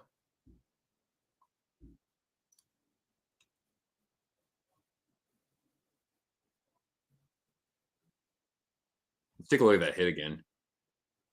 That's a good hit. I mean, you guys see in the NHL occasionally players, teammates react to, they overreact when one of their guys gets hit cleanly, right? Like I get why you want to stick up for them, but at the same time, it's like it's not for anything illegal in this case. Yeah, this prime hockey too. All right, cool. Just look at the Wild jersey and not really that interesting. I personally like them a lot, but some people don't. Who has the best and most unique jersey in the NHL? Oh, that's a good question. We were talking about Seattle earlier. I think they've got a pretty unique looking jersey. Vegas has a pretty unique looking jersey. Um,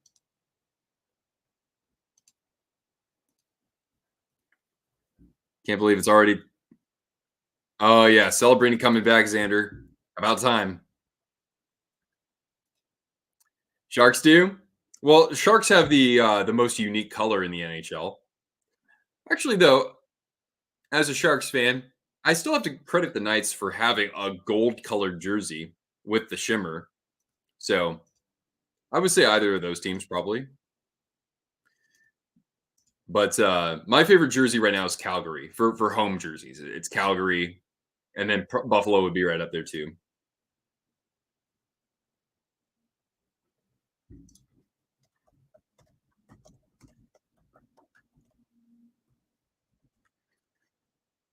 Uh, the only notable thing happening tomorrow is celebrating return. Yeah, there's absolutely nothing else going on. I mean, every American should clearly be watching Boston University product Macklin celebrating tomorrow night. The Blasky jersey, it's good. I think I don't know. There's something that's a little incomplete about it, but I'm kind of splitting hairs. I think everything like it's got so much character to it. I like the names and numbers too.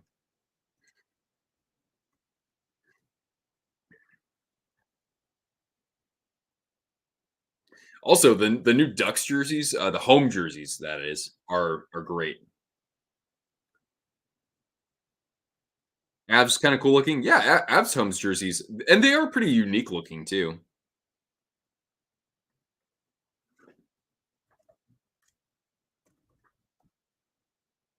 Oh, oh,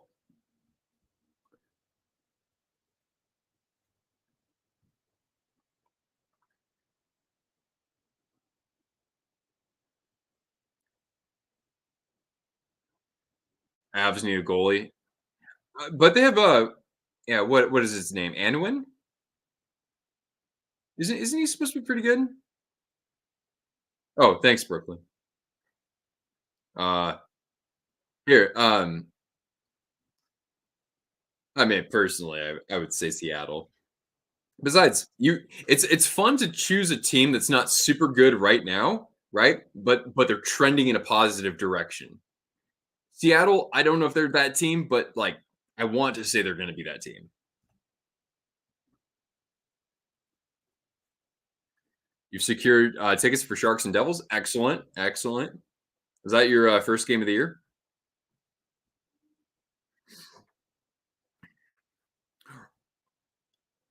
Or Brooklyn? I might even suggest Columbus, as even they've had a very difficult time recently, but I think Columbus needs some more fans.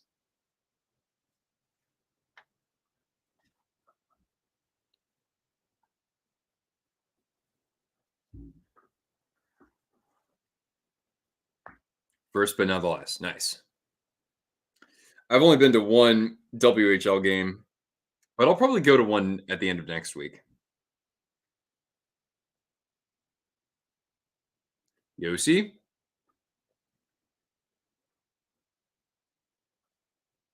All right, Preds gaining the zone. Out to the point. Yeah, yeah. And is this going to be interference on the Kings? Kind of looked like it. Hopefully, a Flyers game or two. Nice. Yeah, I would love to have a chance to see an NHL game somewhere this year. Calgary would be a fun place. If Calgary is in the playoff chase and we're let's say like toward the very end of the season, I'd love to drive up there for a game. Same thing with Vancouver, but I've never been to Alberta.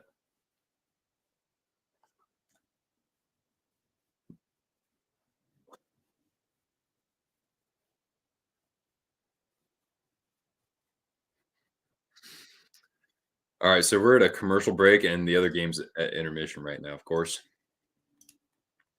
Hmm.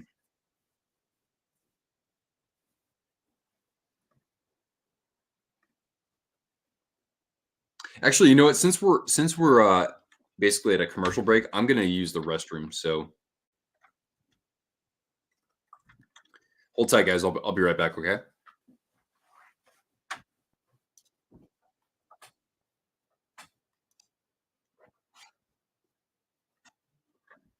All right.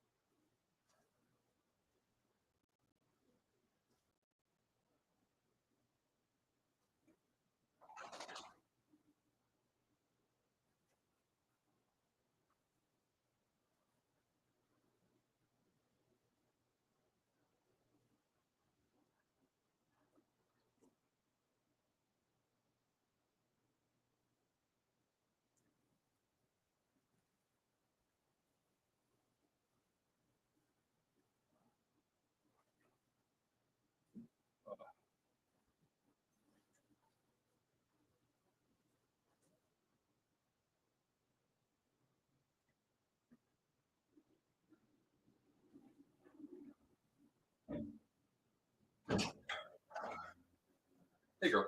You're good. All right, now we're back. What's going on here? Looks like the Devils. I think the Devils are gonna start the second period here. Oh, Timo Meyer. Timo, Sharks legend. All right, so now we're gonna get to the second period. Okay, there we go. Now we got only 3 minutes left in the second period between the Kings and Predators.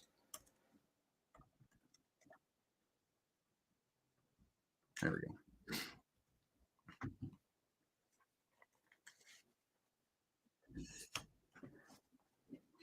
go. Calgary Saddledome many times over the years, getting to be an old arena. Yeah, so I hear.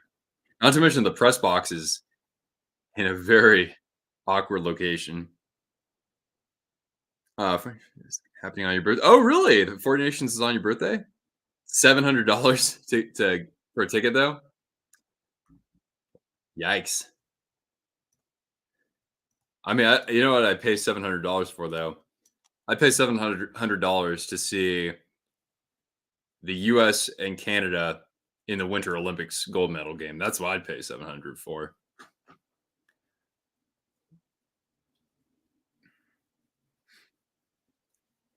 Who's going to win the cup?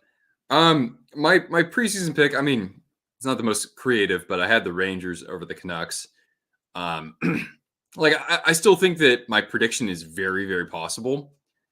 You know, I had last year in the postseason, I gave way too much credit to the Jets going into it, and I'm normally actually a Jets doubter, but I don't want to pick them right now because it's like when they lose in the playoffs, like they go out with such a whimper, you know. I like Dallas.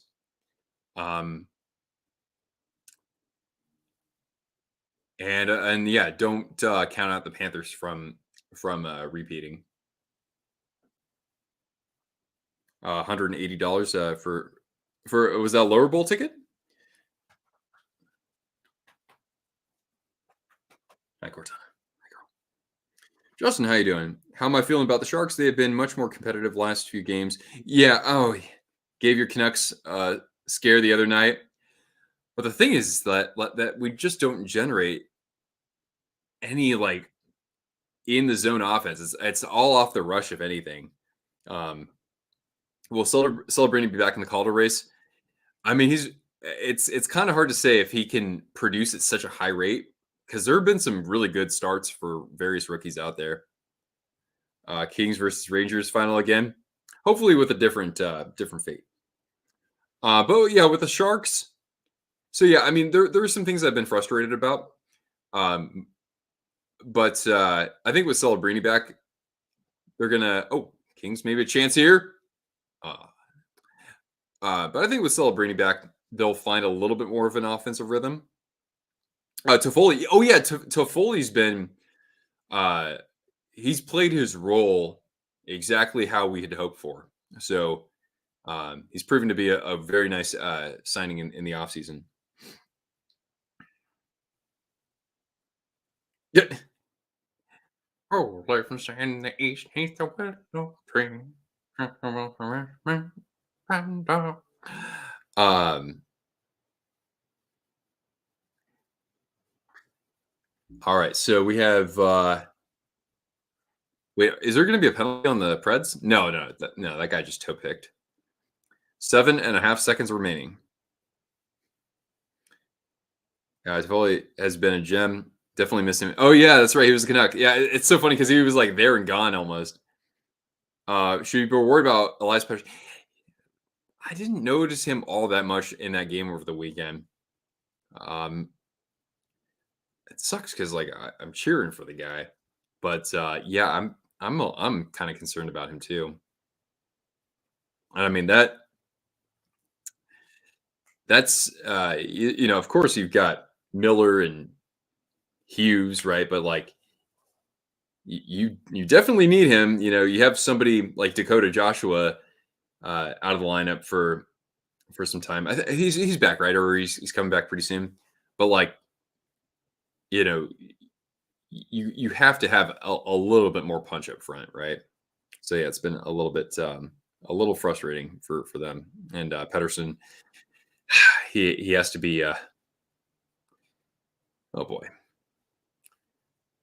I don't know what it's going to take for him to find his game though.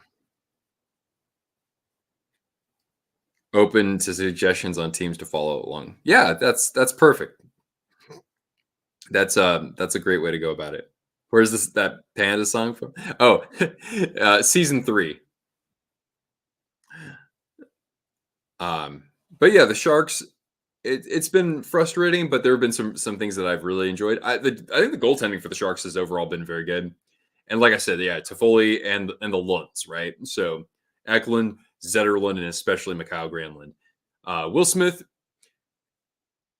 it's been a slow start for him, but hey, I don't expect him to be at a certain level this year per se, because it's not like he's having the most productive of line mates around him, you know.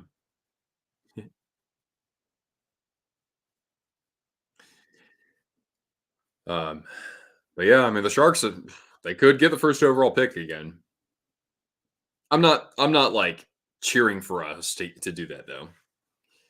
Going for the Kraken. All right, well, congrats. That's great.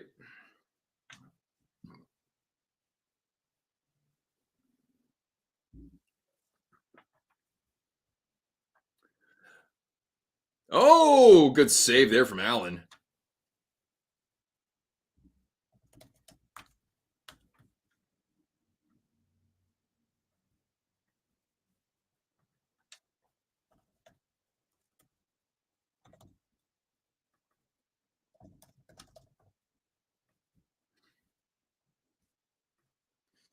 Do we still have Jan Ruta?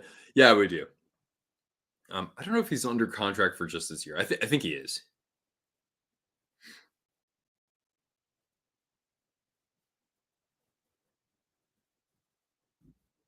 How surprised am I about the Wild? Good question. I am surprised.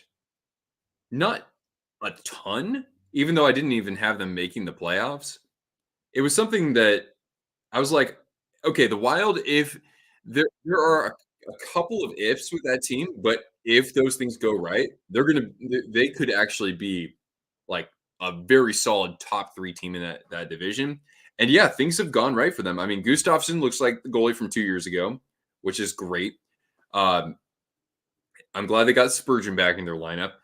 But really, it's been that now the younger players, a couple of them are just fantastic fits with them. Faber, of course, Boldy is just a steady, 30 goal scorer every year. And Marco Rossi, it's not like they're missing Ryan Hartman on the first line. Marco Rossi has, I would say he's arrived, but he is fitting in just fine with a guy who should be in the Hart Trophy conversation early on at least, and that's Kirill Kaprizov. So yeah, Wild are looking really good. I'm not a huge Hines believer, but yeah, Winnipeg seems like they're on a revenge tour. I thought that was going to be them in the postseason last year. I Winnipeg for me, God, I can never figure them out. On the Raptors retiring Vince Carter's number. Well, I love seeing that. Probably the most exciting basketball player after Michael Jordan that wasn't named Kobe Bryant during my time.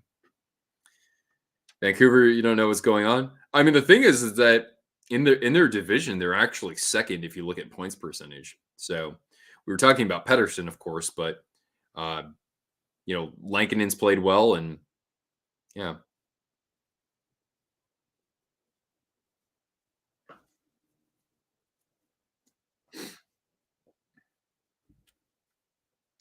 You wish the Preds were as good as last year? Well, they weren't quite so good at this point last year, right? So there's still plenty of hockey left. But yeah, that record needs to improve as we get closer to Thanksgiving. How many jerseys do I have in my collection? I think probably like 105 or 110. I did sell a pretty good chunk over the last 2 years, but I still have a good amount in my jersey closet. Over here, I have all my Sharks jerseys. There's the Twisted Wrister jersey closet. Those are all my Sharks jerseys there. Flyers are tanking for Bedard's cousin. Over Gavin McKenna.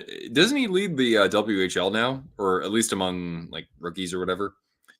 That's the thing. It's like with my Sharks, I'm kind of thinking the same thing. I don't want to skip first overall this year because then we can't get first overall next year. And I'd much rather have the first overall pick for Gavin McKenna, even if we have to suck another year.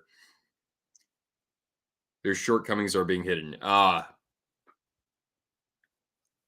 which we have the Stars. Yeah, Lankinen. Podkolzin.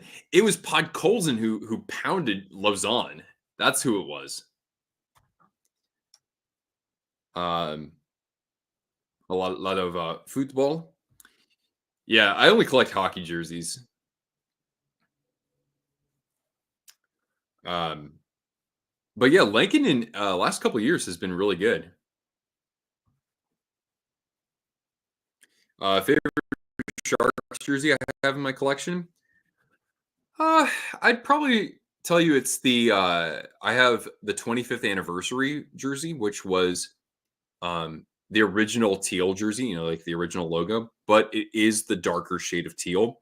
And that jersey is a Reebok Indo Edge, so it's it's a better quality, much better quality than the Reebok Premier.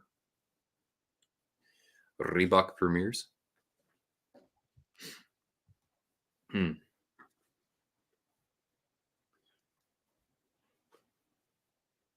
Oh wow! I do not know how Podkolzin didn't score on that play just a moment ago. He had an open net there completely. Penguins are in trouble. Yeah, I mean, well, we've seen that coming for some time though. Yeah, but yeah, I mean, it's just like they don't have anywhere near the infrastructure to be competing for a playoff spot. And Sullivan, yeah, unfortunately, he's probably coaching for his job. Buccaneers are winning 14-10. I like it. Playoff beard is a beauty. Yeah, thank you. I did not know I could grow a beard like this. Usually I try and then I get, maybe 2 months in and then it just stops growing, but I've kind of figured out how to make it work.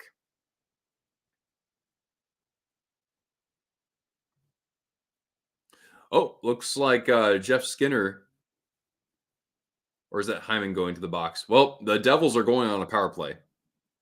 Preds were overrated last year and overhyped this year. Some people were saying that going into the year, and I think that that's you can make an argument. I personally I liked what they did in the offseason. Brady Shea's acquisition, I figured would make for a strong impact in addition to bringing in the veterans they did. But the thing is that like the Preds, they don't have like that kind of speedy game-breaking center on their team. I think that would help them a little bit. As much as I love Ryan O'Reilly, and Stamkos is now a winger at this point in his career. You got a Whitebeard going. They've been so few and far between. They always like these little stringy gray or white hairs. I've been plucking those out manually. Can Dallas make the Super Bowl? Oh hell no, that's not happening. They're not even making the playoffs. But the Dallas Stars can make the Stanley Cup. Yeah, come here. All right, so actually it's 4-on-4 right now between the Devils and Oilers, with 11:40 left in that second period.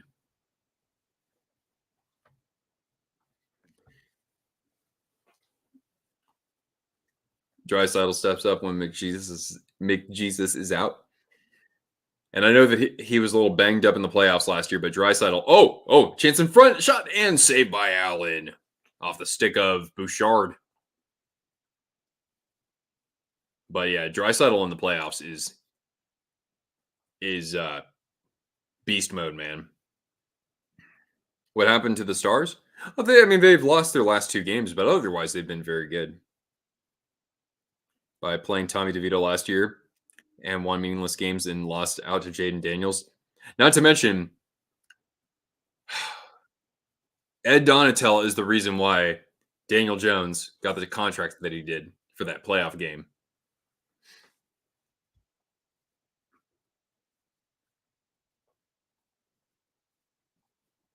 What is Bouchard doing? That's not a very good shift for him.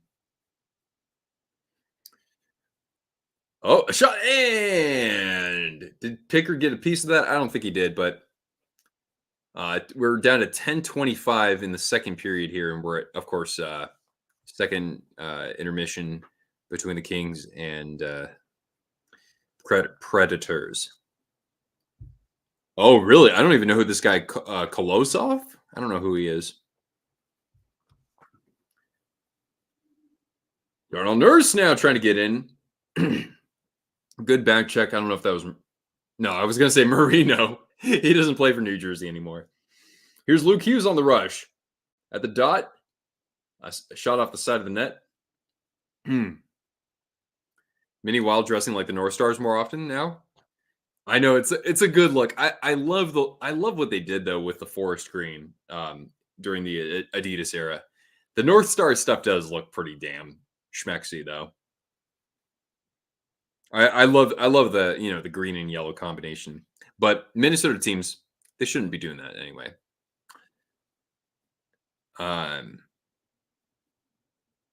I was expecting for the Panthers to win that game because it's the Panthers, the Cup winner. Yeah, I mean, like I said, the Panthers not really showing signs of a Cup hangover. I mean, Sam Reinhart, he's going to score 50 goals again.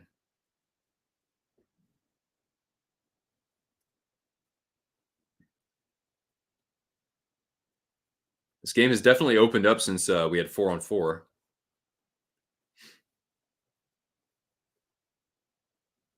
Where did Paul Cotter come from? Well, didn't he have like 14 goals for the Knights on a fourth line like 2 years ago?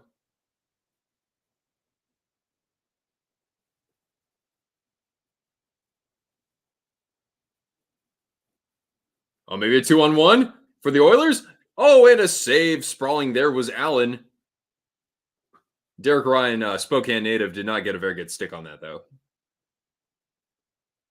Derek Ryan's had a really interesting career.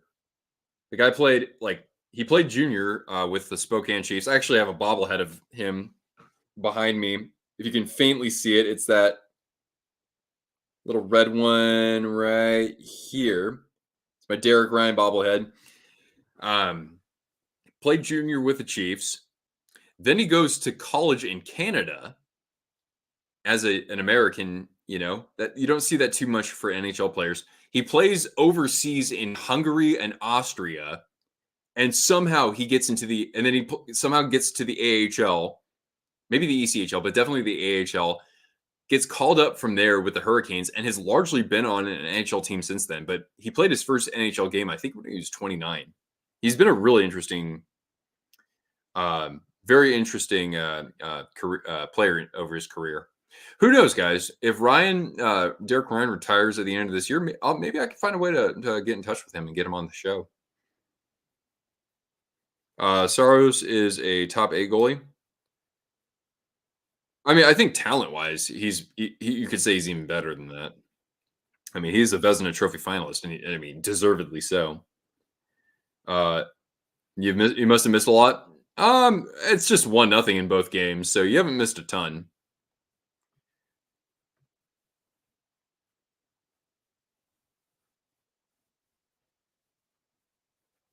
Yeah, Derek Ryan, how many games does he have in his career now? Is he going to get at least 500?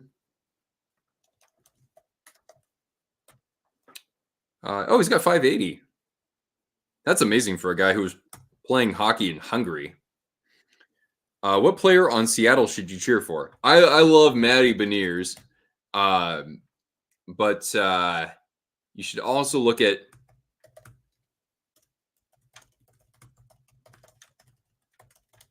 But of course, Berkeley Catton. Berkeley Catton is he's not playing on the team just yet, but he should next year. I get to watch him where I live right now, and he's going to be a lot of fun for them soon. Cotter had 13 goals in 55 games. Yeah, on a fourth line, that's magnificent. That's magnificent. Seattle just isn't a playoff team. Yeah, there's nothing about them right now that makes me think that they're. And I mean, I said they'd go back to the playoffs this year, but I think there's just too much wishful thinking on my part. Eberle's had a great career. Nice save by Allen as we get to now 750. He's a good girl. Poor Cortana. There have not been that many goals. There have been only 2 goals so far tonight, so I'm going to give her a goal treat out of empathy.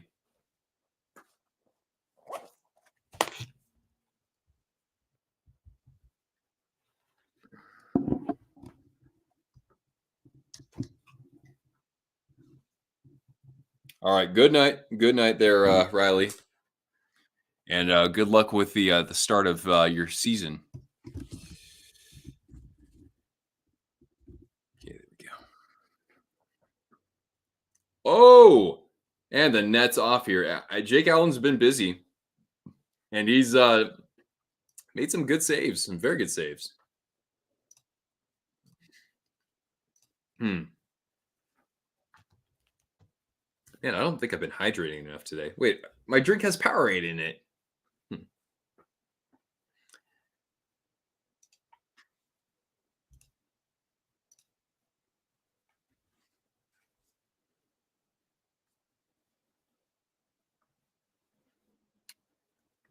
You'll do some research on them later. Gonna get some shut eye. All right, cool. Have a good night, and hopefully we'll see you around.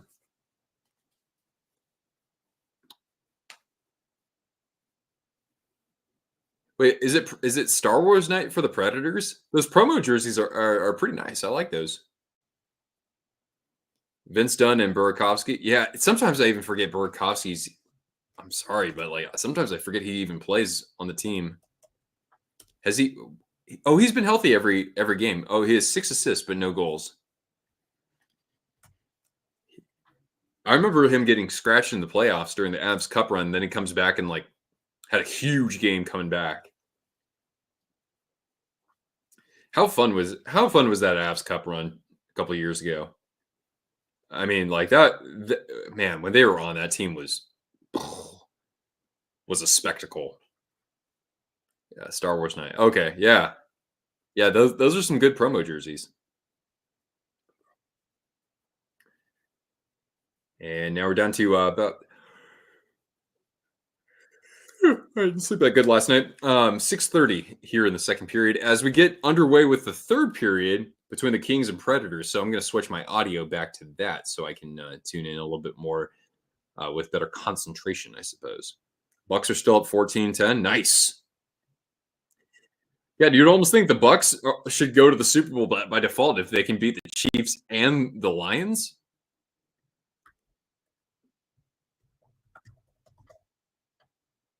Yeah, we're down to 6 minutes.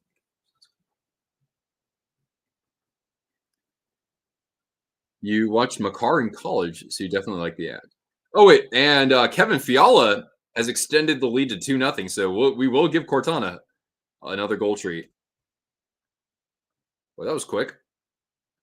Tahoe Night Monsters had Justice League night. They wore jerseys during play. Yeah, that's what I love about minor league hockey, right? Wait, oops, sorry. All right, goal treat for Cortana. Kings are up 2-0. And how come Dano was completely unmarked? And Saros doing everything he can. Same thing like the first goal. He makes a great first save when most, he probably more often than not would allow that goal just because it's a high danger chance. But then off the rebound, it's Fiala stuffing it home. What's going wrong with Montreal? Stuck in rebuild mode once again. I mean,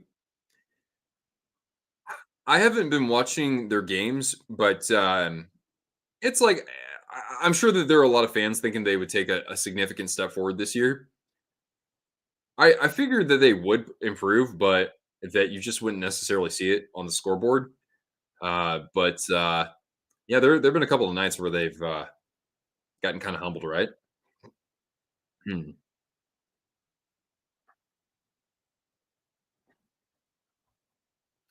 So Kings up 2-0 on the Preds. And the Preds, man, boy, they are really having a hard time early this year. But hey, it's still very early.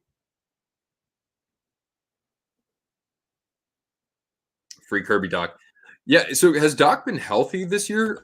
That's one thing. I mean, like I was between looks like the Preds are gonna get caught here with a hooking penalty, so the Kings are going on the power play. But like when I look at Montreal, it's kind of like, hey, this team could actually turn some heads a little bit as long as they've got Doc and Newhook out there. But yeah, Doc right now just a goal and 4 assists, and Newhook's stuck on just 2 goals and no assists. That that to me looks like a very that looks like an early disappointment to me. Yeah, Kevin Fiala played for the Preds for a long time, I think like 6 or 7 years, and then he went to Minnesota for a couple, and then the Kings got him in his prime. Um, was their leading scorer, I think, 2 years ago, like leading point scorer. Devils can skate. Oh yeah, totally.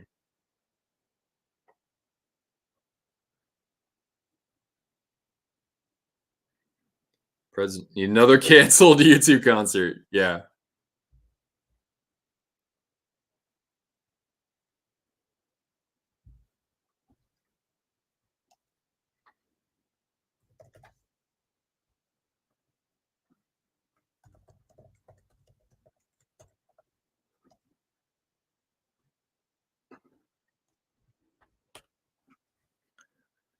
Fiala gives you nightmares. 2020 bubble. Wait, who did? But the Preds, they didn't they lose to the Coyotes? I can't quite remember. Yeah, the Jets, right? I mean, because it's not that they're winning. A lot of these wins are just absolute butt kickings. Canucks versus Wild. Oh, Fiala was on the Wild already. I didn't know that. Uh huh. Canucks, man, they were what? They were a game 7 away from going to the conference final, and that's when they had Toffoli, right? I think they did. No, no, yeah, and then Toffoli went to Montreal, and anyway, got them to the Cup final. Yeah, how about the Canadians making the Cup final back in 21?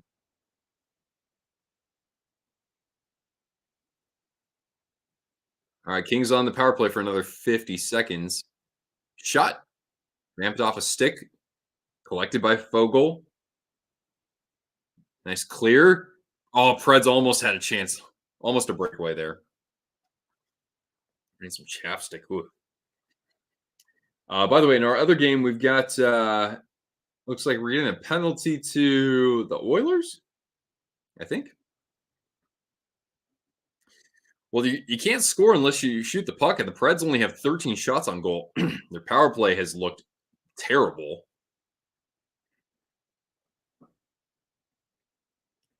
All right. One more rush here for LA.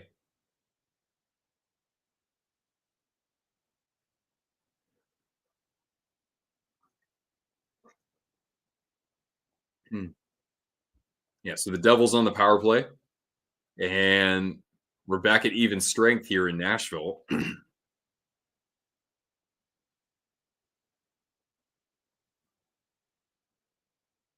Do a stream ranking jerseys in the NHL. Like have like you guys could rank them with me. And I mean, I made a video ranking the home jerseys, but that was 3 years ago. So sports geeks, I would like to do something like that again.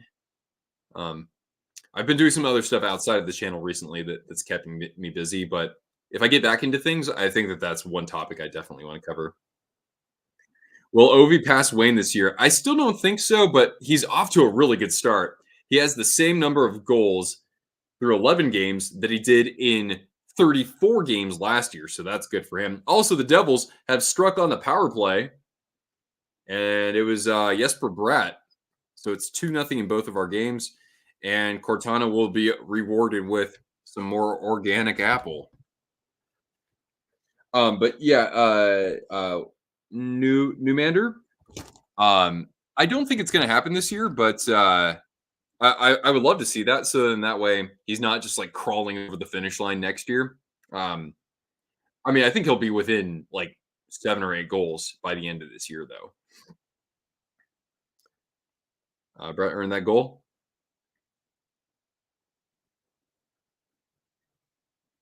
Bucks up 17-10. Nice.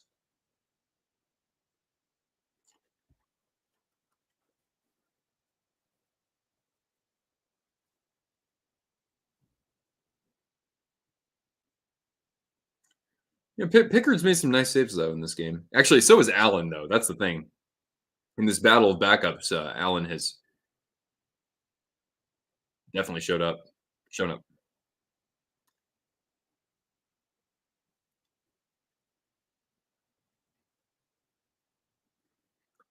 All right. Well, the Preds, man, LA's really beat him up tightly throughout much of this game. Ryan, chance in front for the Oilers, and nice job by Luke Hughes to shove Derek Ryan out of the crease. Hmm.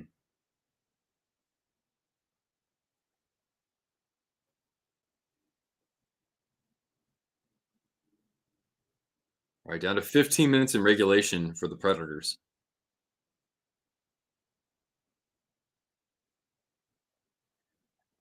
Hmm.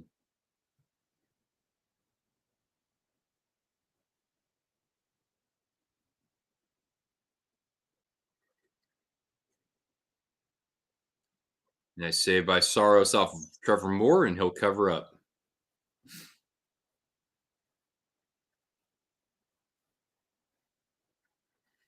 Who should be on the cover for NHL 26? I would think it. Wait, who was on it this year? I don't follow Chell. Um, but I would think it'd be what Bedard,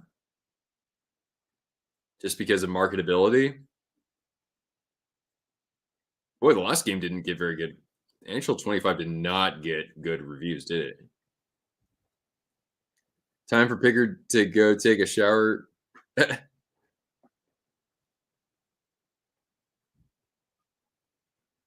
Well, is it going to be that much better if Stu comes in net?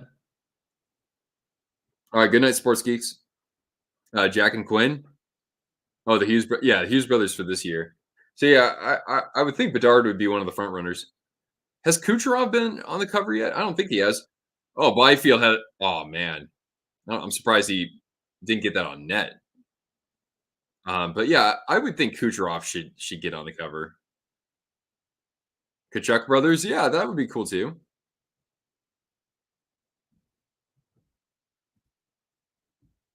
We're down to a minute 33, by the way. Oh, there's Ty Emberson, former Shark. 133 left between the Oilers and Devils in the second period. McKinnon. Why did I think McKinnon had been? Maybe he hasn't. Yeah, I'd be cool. Well, yeah, one of them. The two of them together would have been awesome too. Like a couple years ago after the Stanley Cup. Not to mention they were basically the 1 and 2 for the MVP last year.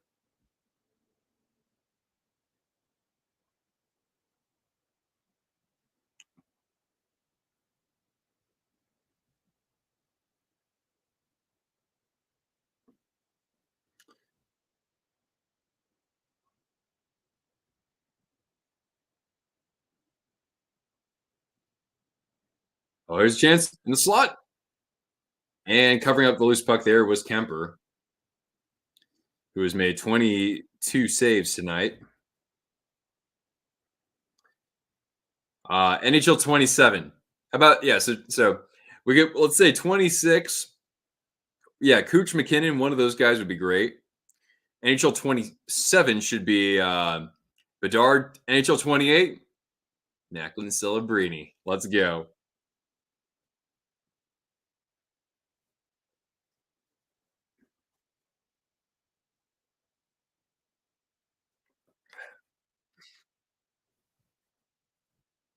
But I also like the Kachuk brothers idea. That's pretty fun. Um, It's, Bobrovsky. I don't see that. Wait, no, Bobrovsky's been on the cover of. I think it was one of the NHL 2K games. Yeah, I think it was like 2K. Can't remember which one. Hasn't Bobrovsky been on the cover of one of the NHL 2K games? Or am I just blowing smoke? Do I follow AHL? I don't. This year I've been following just the San Jose Barracuda a little. Um, so I imagine that will continue just because they're playing pretty well now.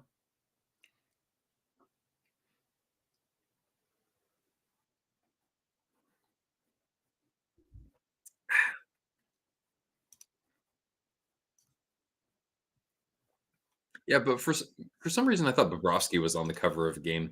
Maybe it was Rick Nash, and I'm just thinking about the Blue Jackets. We're at a commercial break between the Preds and Kings, FYI, and there are 18.6 seconds left in the second period for our other game.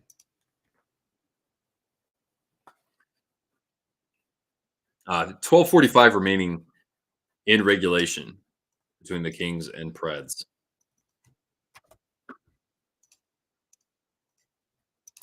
It's time for Askarov to get a shot with the Sharks. Um, the only reason why I say not yet is because actually I think the Sharks goalies have looked pretty good so far this year. So you want to kind of see if you can get some trade value out of them, but it's going to take a little more time. But I mean, is he ready? I'm thinking he is. He was the goalie of the month in the AHL. And we get to a second intermission. Oh, and Kemper. The Preds actually, that was maybe their best chance of the game, or at least best chance in a little while. But let's see here. That's the intermission.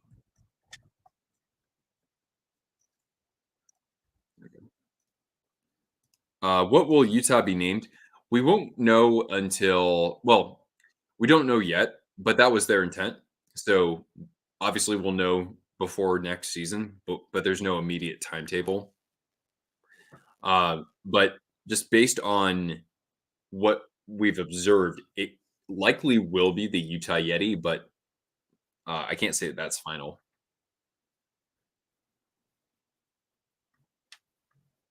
Utah HC, you kind of like? Uh, some people have said that too. I don't want that though. Keller called it the Yeti by accident. That's interesting. Huh. Yeah, Kings are on the power play again, man. Well, yeah, Preds. I mean, like, you can't generate any offense if you're killing penalties all the time. Reaction to the Jets' good start. That's a couple people have asked me about that. Epic boy. Uh, I just when I want to believe in the Jets, that's when they completely fall on their face, like in the playoffs.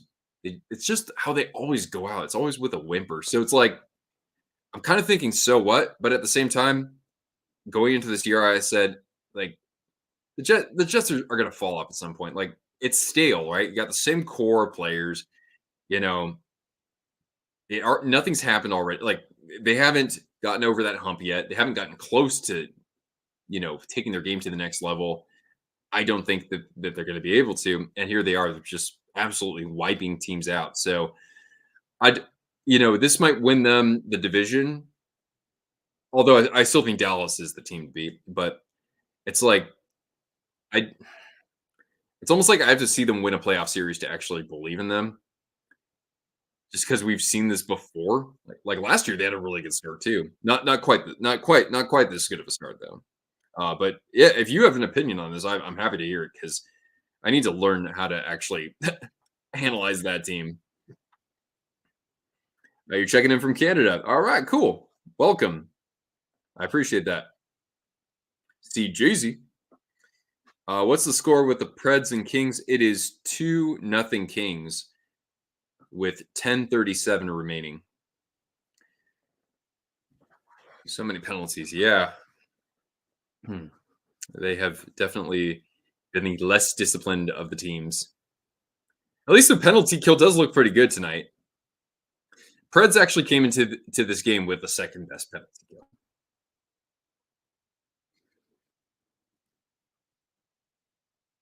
You got drafted to the Sabres as a first round pick. Well, what happened after that?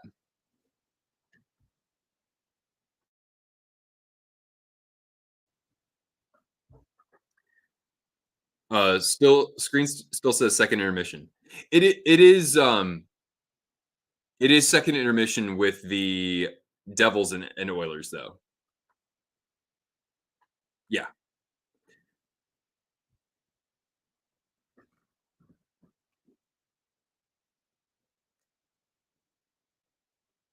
a little zone time here for the Preds. Top line out there. Hmm. Maybe I'll do it like this. Actually, I'll see if we can clean this up a bit. Yeah, that might be a little bit more legible. 3:20 a.m. in the UK. All right. Have a good night.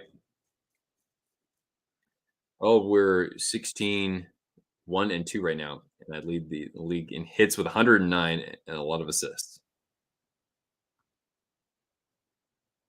And you're not even in your prime yet.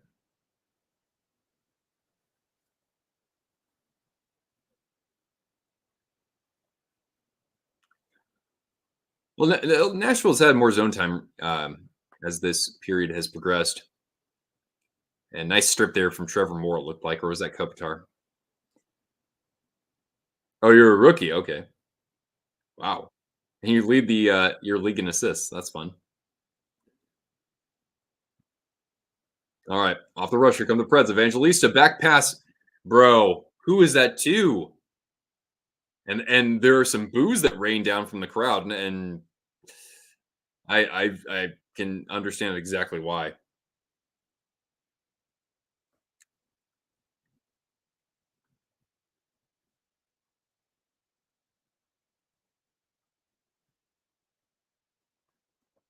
All right. Skating out of his zone is Gavrikov over to Fogel. He'll fire this into the other corner.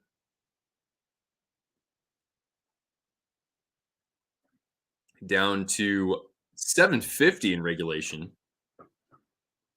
Shots favor the Kings. 23-13. You're getting shut out because you got 13 shots on goal. There have been some other chances that weren't shots on goal, like good chances. But Darcy Kemper has been great. However, the Preds will be on a power play when we come back from the commercial break. I don't know what the call is just yet, but it looks like, is that Gavrikov? Yeah. Oh, wait. Are they going to commercial break? Yeah, they are. So Gavrikov to the box, and when we come back from that commercial break, Preds will have a power play, and they're going to have to do something a little bit different than their first couple of attempts on the man advantage because it was not good. Prime Monday doesn't help. Oh yeah, for Canada, yeah. Sports packages are ridiculously expensive for cable. Yeah, that's what I say, guys. I mean, like Stream East is not a bad option.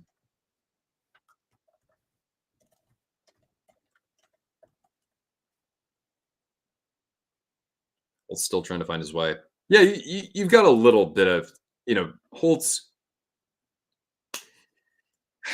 I know that he couldn't quite get it done there in Jersey, but Vegas, they play a different type of game.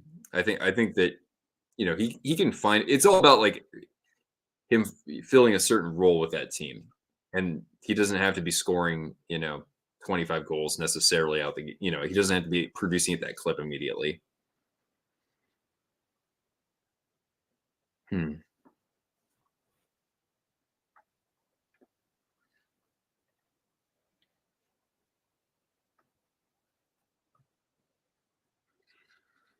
Hmm. And I'm gonna sleep like a baby tonight. I'm tired. No more hockey to watch. That helps after these games.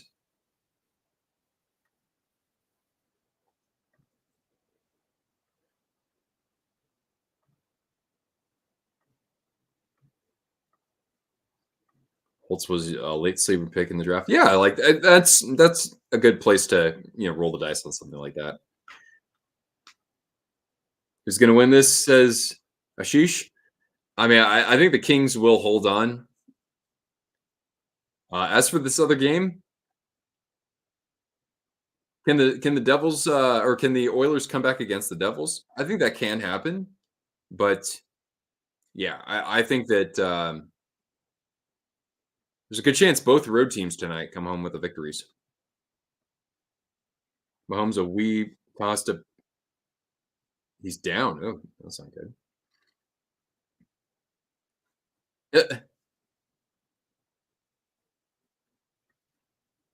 That's funny, Cody.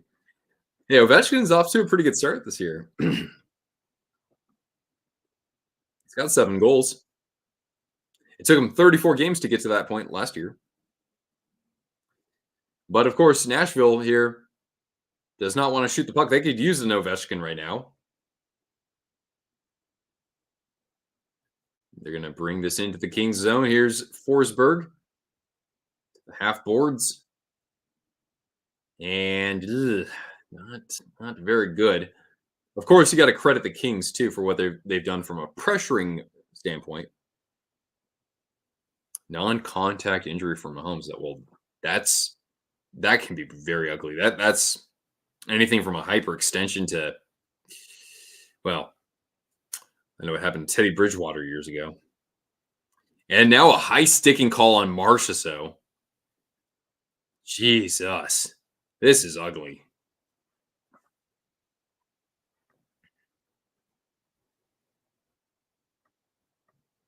So now we're going to be at 4-on-4 for 55 seconds. And yeah, do the Preds even have a shot on any of their power plays? I think like they might have one. Bro, another penalty. Yeah, exactly. Would be great to get the shutout. Yeah, hey, could be good. You're messing with our lines tonight. Yeah, and that's going to happen when you're missing a key player in your lineup. Ugh.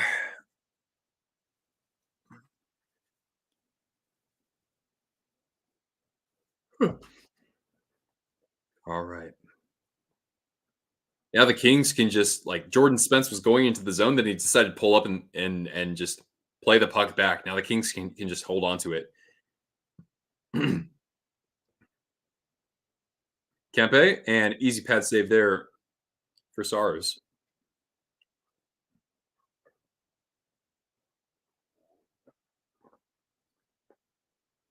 Both games a bit boring. Yeah. Unfortunately, you guys as an audience have been a lot more exciting. I will say that. I mean, that happens 99 times out of 100, of course, but tonight definitely shows. So thank you for being here with me. Uh, you know, yeah, last year was McDavid's best chance. The thing with them is that yeah, they added some firepower in the offseason, but again, these are guys who are kind of on the back nine of their career. But then again, McDavid put that team on his back for much of the playoffs. Him, Bouchard, right? Draisaitl kind of hobbled there. And Moore almost cashed in. Good save there by Saros. One timer and Fiala did not get good wood on that. Who's going to win the cup? I mean, I said the Rangers would win it. I know it's not exactly the most bold of predictions, but I like the way that they're composed. Amazing on the backside. Some very good defensemen on that team. But really, for them, it's about their top players being able to produce in every round, and that just hasn't been quite the case. But I was saying earlier, I think that Dallas is more than capable. I liked Vancouver going into this year. And Florida, you shouldn't count them out either. I'm very curious to see what Toronto does, though. Yeah, assuming they go back to the playoffs, because I think they're not a completely different team, but I do think they're different than where they were last year. I think they're going to be more tough to outwork, I think, in their own zone. Oh, Thanks, Ashish. I appreciate that. Cortana is napping. Yeah, I know. Almost treat time there, but here, we'll give her a treat anyway. How about that? Woo. Wait, here we go. Let's see if we can get her focused. Come on. There we go, camera. Come on. There you go. Good, good girl. Yeah, good girl. Yeah. Can I get a shake? Thank you. Thank you, Missy. Toronto, another first round exit to Boston. Hey, Boston needs to make the playoffs. I didn't think they'd, miss the playoffs this year, but god dang it. They are off to an ugly start. It's very early though. I mean, Boston is reliable, right? Every year they find a way. Don't sleep on the Wild. Yeah, so far they've come out like gangbusters. That would make kind of an interesting topic. Who do I trust more, the Jets or the Wild? Tough to answer. Winnipeg is more experienced, but Minnesota's got an absolute game breaker. Not to say Winnipeg doesn't have its weapons, and both goaltenders very good, right? Gustafsson's been playing really well. Defense core, I don't know who to choose on that front, but if you choose Winnipeg, I think that's fair. All right, we're at a commercial break, just FYI.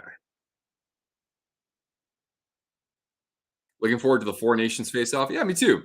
It's a good way to kind of shake things up. I know the NBA has their in-season tournament.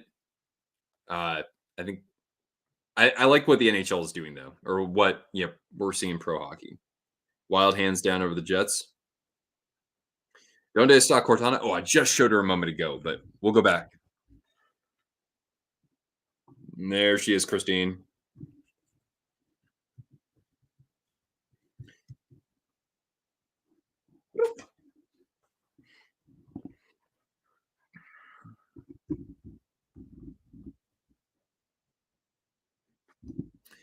All right, we're down to 4 minutes here. And Saros is going to the bench as the Preds are down 2. Yossi, shot, and a good screen in front by O'Reilly, and they actually got a stick on that. But Kemper swallowing up that puck.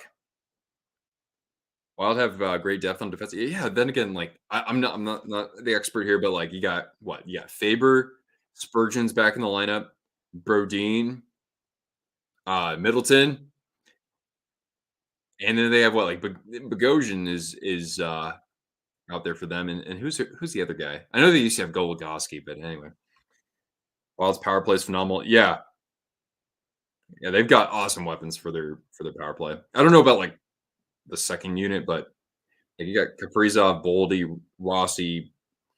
Oh, Faber quarterbacking, Mm. All right. Preds get it into the King zone. Rammed around the boards. And the puck trickles out of the zone. And Yossi's going to have to take this from behind his own net, which is, of course, emptied at this point. Will I stream on Wednesday? No, I mean, I'm probably going to keep my streams to if I do a stream, it's probably just going to be that one for the week. And right there at the side of the net with an open cage was Nyquist. And that's an empty net goal for the Kings. It's Kempe, and Yossi breaks his stick emphatically on the goalpost, and it's 3-0. Well, Cortana gets a treat for that, technically. All right. And then momentarily, we'll get to the start of the third period in our other game. See if the Oilers have some life in them. Cortana gets a goal treat for that, technically. Oh boy, that's not a very good treat. I need to get for a better one. There we go. This is kind of hard jerky here, Cortana, but we'll make it work, okay? Yeah, God, what a frustrating night for the Preds offense, man. But yeah, I don't expect to be live for the rest of this week. I don't think. Hellebuck doesn't stand playoff pressure. I think I was a little unfair to him last year, but yeah, he's not able to play at the same level. I think that's very fair to say. Kemper? You mean Saros? Kemper's out of himself a game.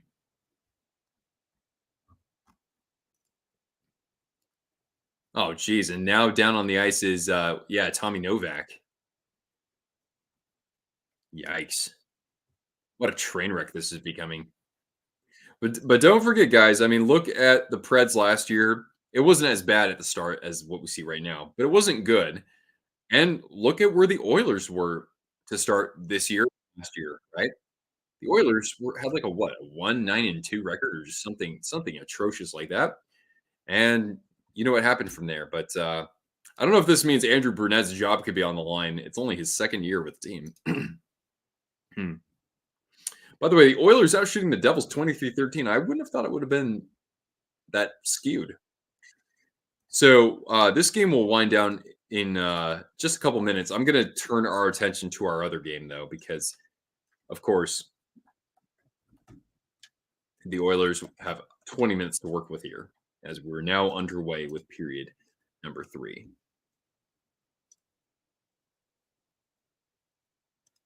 Yeah, Novak is down. Yeah, yeah, he's back up. We're back to the action here.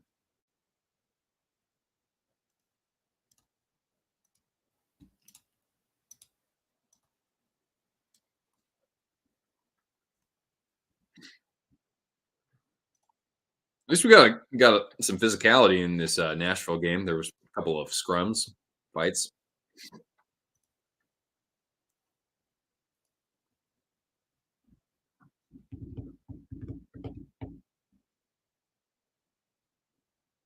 Allen's going to cover this up. Oh, Corey Perry's playing with Leon Draisaitl. That's one of our. That's one of the interesting questions. Is Corey Perry a Hall of Famer? He did win a Hart Trophy. He's also won a Stanley Cup, albeit at the very beginning of his career. He's got what, like over 900 points or something? 1,300 games, 900 points. And by the way, the year he won the Hart, he also won the Rocket Richard. He has scored 431 goals. Now, Bouchard, one of the great power play quarterbacks, and nice Kovacevic breaking up that pass from Draisaitl, looking trying to hit that seam pass.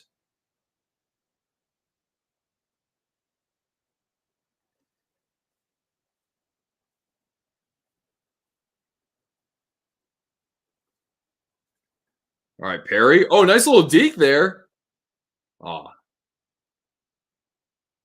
now work to the point around Ekholm, Draisaitl, and he's going to get tripped up here. And is that going to go against Heischer? Yeah, Heischer's going to the box.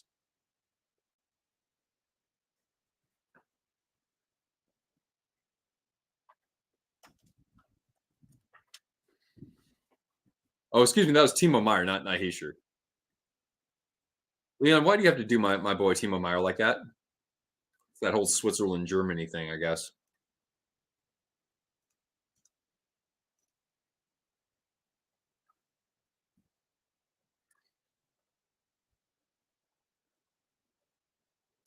We're down to 35 seconds here between the Preds and Kings, by the way. Hmm.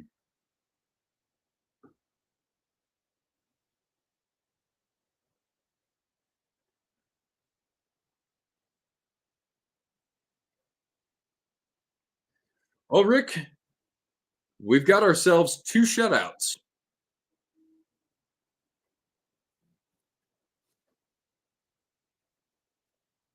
Not a lot of goals. It's a loss, unfortunately. Yeah, not to mention it's kind of an ugly one. And Darcy Kemper gets the shutout. I mean, only 16 shots, but there were some other high danger chances that he had to uh, face, and he looked really good. And what really hurt the Preds was just an anemic power play. Congrats to the Kings. And now we will focus our efforts. Ooh, nice save there. Yeah, Jake Allen looking pretty good too. Got some old goalies doing a nice job.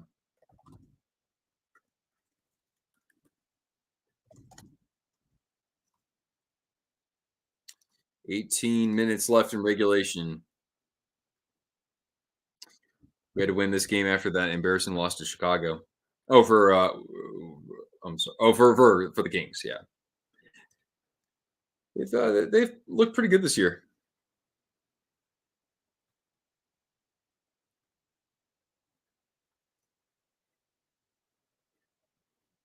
45 seconds left on the Oilers power play.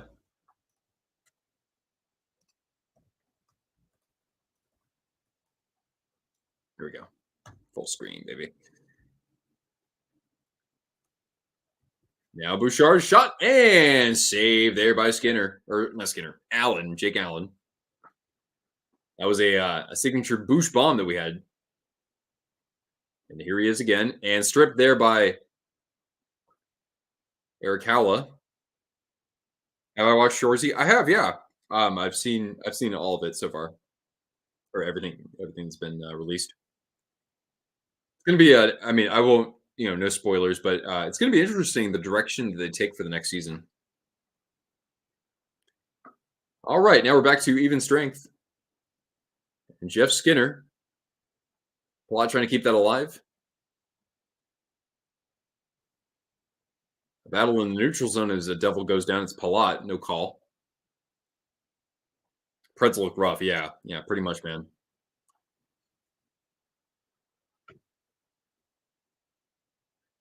Oh, yeah, Troy Stetcher's on the Oilers now. That's right. Touched by Allen over to a teammate. And taking back the other way is Tomas Tatar. Big tuna. Not to be confused with the spicy tuna that is Liam O'Brien with Utah. Is Yossi first ballot Hall of Fame? I don't know if I would say first ballot. Again, he's been a Norris. I know he's been a Norris finalist a couple of times. I know he won the award once, but if he had a Stanley Cup to go with it, I'd say probably. But yeah, I wouldn't say first ballot. He'll get in though easily. I mean, shit, whoever got in first ballot, losing to bad teams. Yeah, I mean, well, I mean, the Kings are not a bad team. Well, you guys will beat us because we never beat the Preds. All right, Stetcher finds the outlet, and Connor Brown. Oilers can get a change now, at least on defense, they will. And now we got a wholesale change for New Jersey.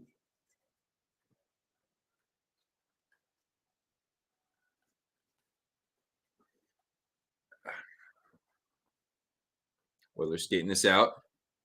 Chipped in around the net. From the corner, handed off behind the net to Draisaitl. He's got Arvidsson, former Fred. Palat. And now Bratt, one of the goals tonight, to the high slot where Hughes is. Cycled back to the point. Oh, a nice little give and go there. And Bratt from behind the net looking for somebody out in front. Streaking down there was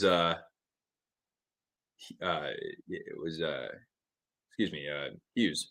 Jackie Hughes. Most of the Kraken. Dumped in toward Allen. He'll make the save initially. The puck will be cleared out. Edmonton leading in shots, by the way. It's 27-14. Dawson Mercer hoping to bounce back offensively this year. A touch pass looking for Hijiri. Oh, how did he put that wide? I do not know. I don't know if Pickard got a piece of that, but that was an open net almost. Just about. And now we got back and forth hockey here. Dumped in by the Oilers. Nice knockdown by the Jersey defenseman, whoever that was. And Luke Hughes off the Luke Hughes. Man, Luke Hughes has some defensive prowess out there. Got some young defensemen who we've enjoyed watching tonight. Between him and Brant Clark. Now Bouchard is just gonna buy his time from behind his own net. Derek Ryan on the wing, trying to get around Luke Hughes.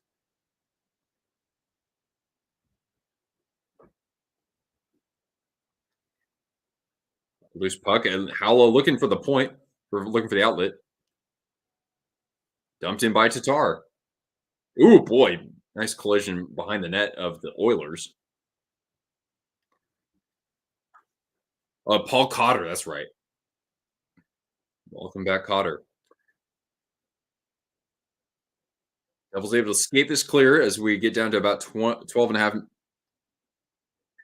How are we doing there, Mr. Duck?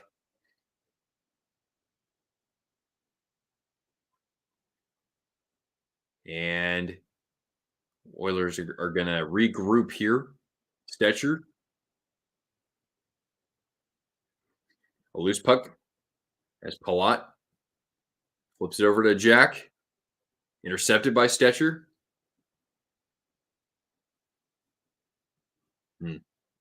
You're upset right now? Well, you know what? If you're going to lose, you don't want it to happen at the very end when you think you still have hope.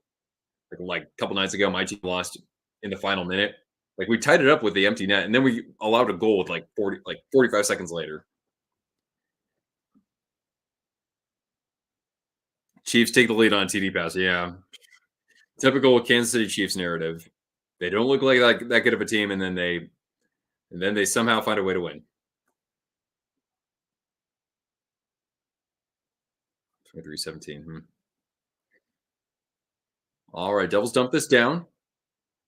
Slapped almost out of the zone and skated out by Draisaitl. Nice play by Dawson Mercer on the back check. Here comes Meyer. Nico Hischier Meyer and a pad save from Pickard.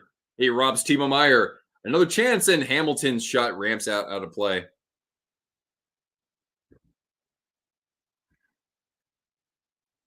Big stop by Calvin Pickard as we have 11 minutes left and we arrive at a commercial break. High Cortana.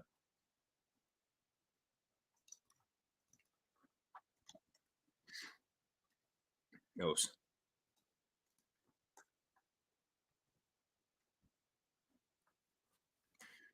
All right, commercial break. What games do we have in the league tomorrow?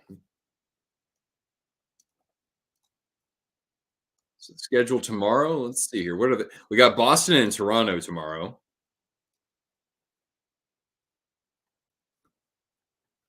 So that's always a treat, right? Oh, speaking of treats, here you go, Cortana.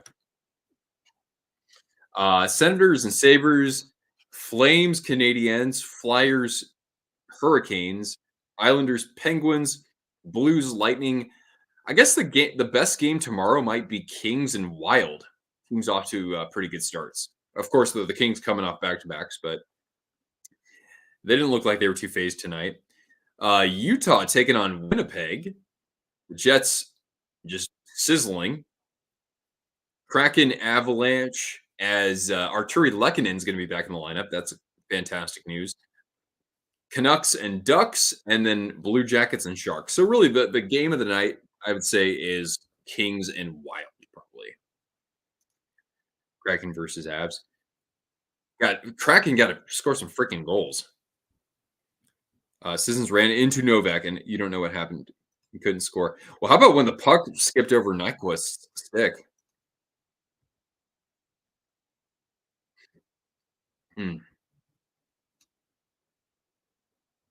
Yeah, just power play was not fun. Of course, you know me. I like the Hurricanes. They're riding, I think, like a 6-game winning streak right now. We'll see if they can stretch it to 7 games against the Flyers tomorrow. Yeah.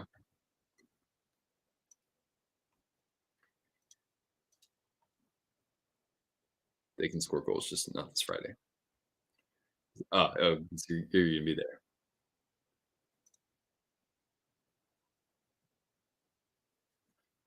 Oilers lost out the conference when McDavid came on the ice today during practice. They just thought that McDavid would spiritually be on the ice with them in this game.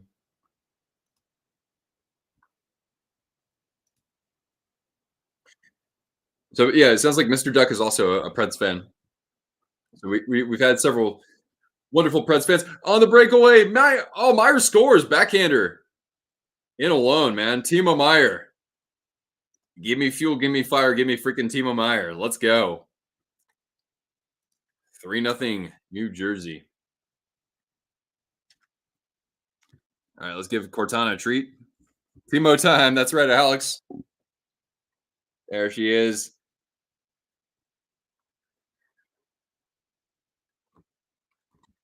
Wait, how come there's because it was a turnover high in the zone.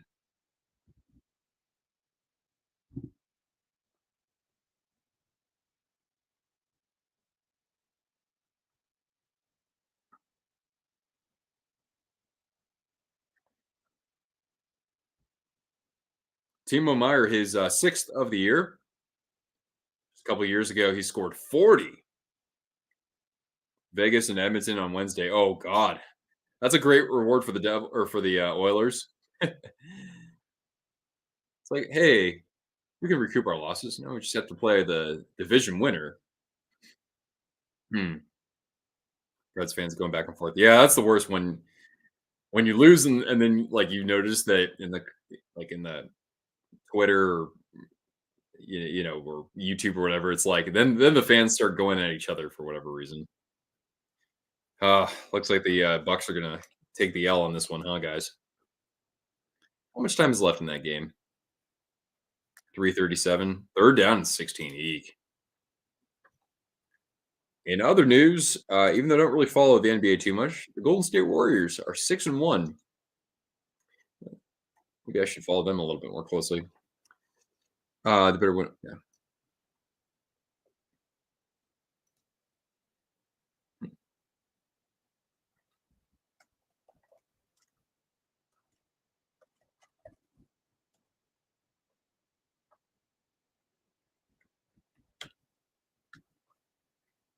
On X. Thank you.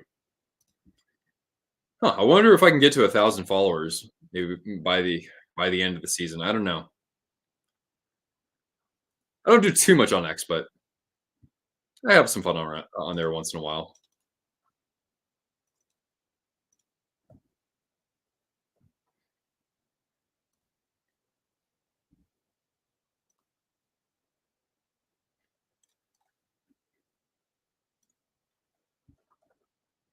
Do I do TikTok? I for the longest time have not wanted to be on there. I'm very selective with who I follow, but you know what? I'll at least I'll try to tune into what you're saying about Nashville. Why not? But yeah, I might actually get on TikTok. I might. I'd like to learn it a little bit.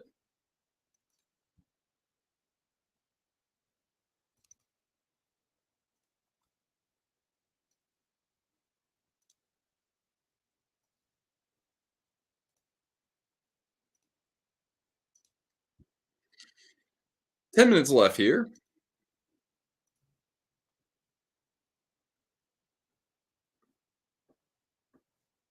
and dumped in by the Devils. Quick regroup here from the Devils, but Siegenthaler receiving that dump in, and it's going to come all the way down to where Skinner will play it over to his defense.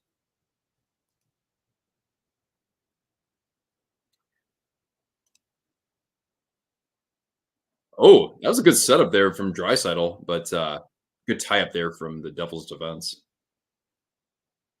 Drysidle down low, Pesci, long time Hurricane Brett Pesci, and Luke Hughes unable to clear, but the second time around he's able to get it deep, and no icing.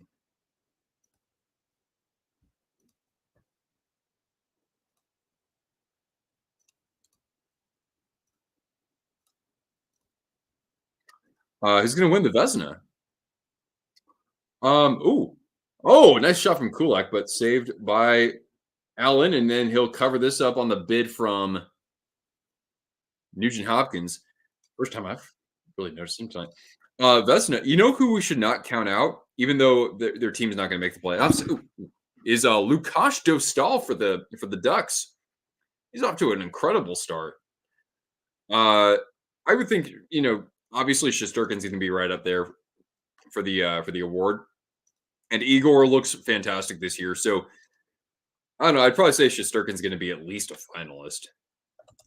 Hellebuck, I would assume, is a huge reason why the Jets are doing so well. So between those guys, they're at least one of the two of those players will be finalists. But yeah, Joe Stahl might be able to make it in as a finalist. I would love to see that. How's Sorokin doing, by the way? He had a tough year last year. He looks really good right now, though. Sorokin. Um, actually, yeah. I don't know. What do you think, guys? Pasternak literally got benched for a turnover. Yeah, I heard he rode the pine recently at the end, like at the end of the game, or at least in the third period. Who else do you guys think should be in the Vezina Trophy conversation?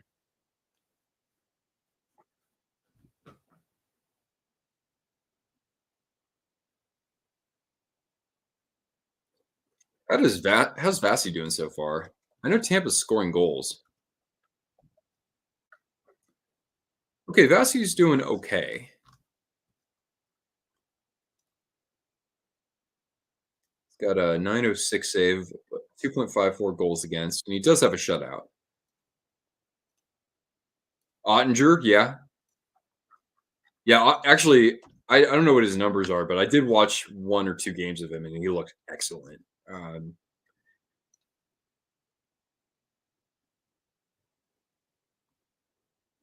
Yeah, Ottinger, I wouldn't be surprised if he got a finalist. I wouldn't say he's at the front of my list there because you can already see Sorokin, Shesterkin, Hellebuck. Those guys are on fire. But Dostal, look out! I have a Discord too. Yeah, I do. Um, I'm not. I don't post a ton on there myself, but we have some uh, really just down to earth, cool, compassionate people as a part of that community there. So yeah, you're more than welcome to join us.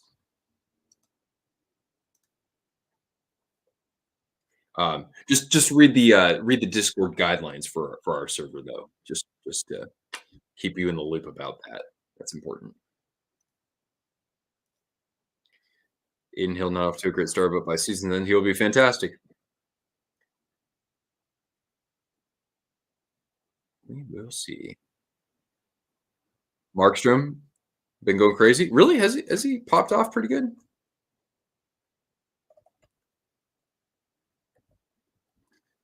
Was a big Markstrom fan when he was on the Canucks. He's off to a good start. I wouldn't think he'd be in the Vesna race though. He sure in the slot, loose puck, and skating the other way is Nugent Hopkins.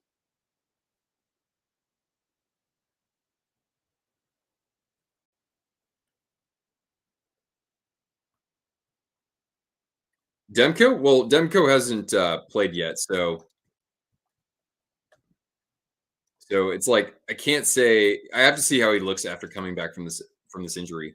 But then again, that was the same case last year, and he had a really good year. So it's just that is Demko going to start? 45 games? Maybe he could, but you don't want to place too much on him, especially if Lankinen's playing well. Speaking of which, how is Kevin Lankinen? Yeah, Lankinen's had a really good start to the year too. 2.25 goals against average, a 919 save percentage, 4.4 goals saved above average in just 7 games, and he has a shutout. So yeah, he's off to a fantastic start. Hell, maybe Lankinen would get a chance. Now Bouchard, top of the circle, a shot, and just wide of the glove of Allen. We're down to 7:30. Elvis, I'll probably see tomorrow because the Jackets play my Sharks, but I haven't watched it in Columbus yet. Samsonov start. How do you think of that? Oh, I I don't have I haven't seen Samsonov. I haven't really watched a Vegas game.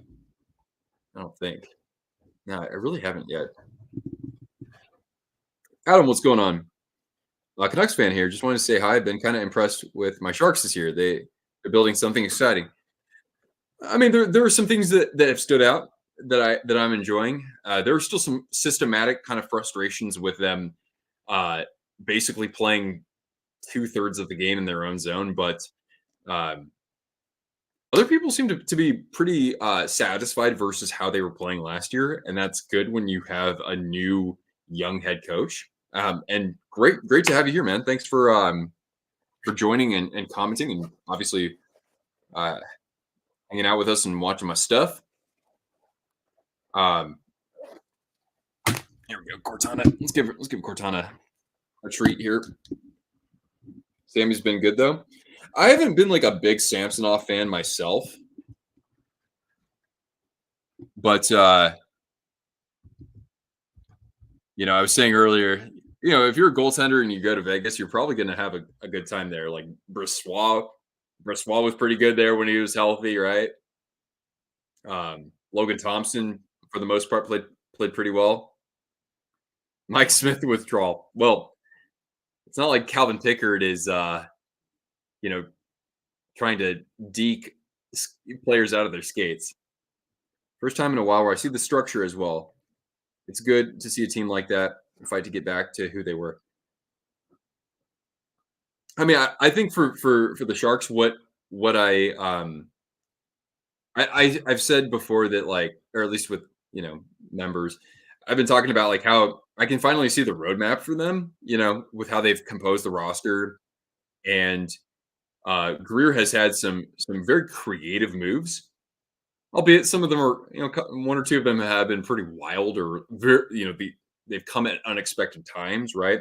But um, when we don't have a right-handed defenseman who can contribute offensively, what does he do? He goes out and trades for somebody who needed more opportunity in Timothy Liljegren, and you see how they got Yaroslav Askarov through their trades. Like, I mean, that's pretty brilliant to me. It's resourceful and it's creative versus where I saw the previous regime with them.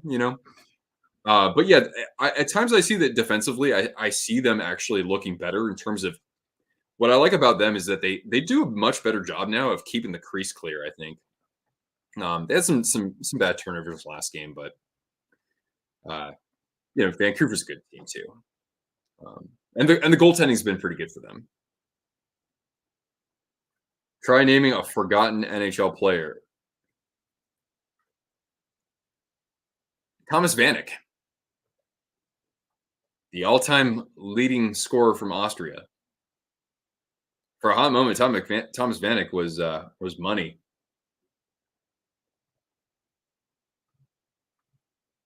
Sharks play tomorrow night. Yeah, Sharks play the Blue Jackets. Concerned about Novak. Yeah, that at least from what I saw, he got up quickly, right? But that was kind of ugly at first. Yeah. Who guys? Who else is a forgotten NHL player? How about like the late great Ziggy Palffy?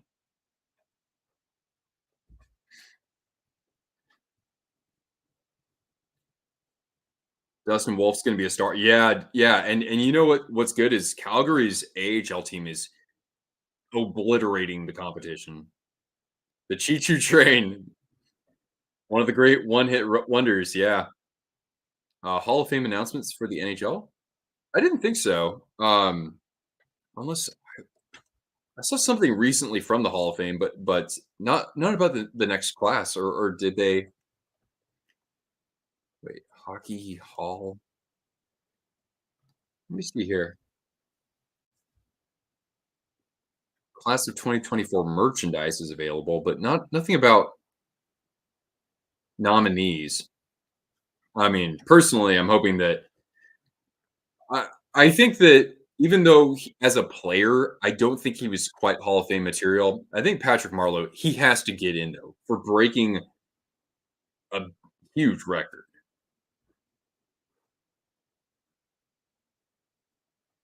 Yeah, I think he should get in for that. I mean, I have my bias, but again, for a long time, nobody saw that record being broken. Not to mention, Marlowe had two stretches in his career when he scored, or excuse me, when he played 800 games in a row. Jack Hughes just missed the empty net, by the way.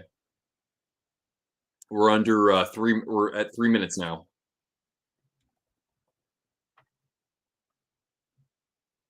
Do I see Kessel ever playing? I unfortunately do not.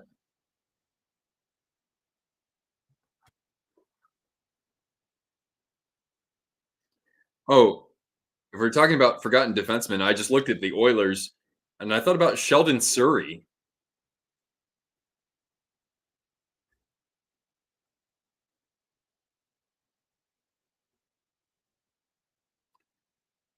All right, Devils able to steer this clear. Cotter. Devils can change up.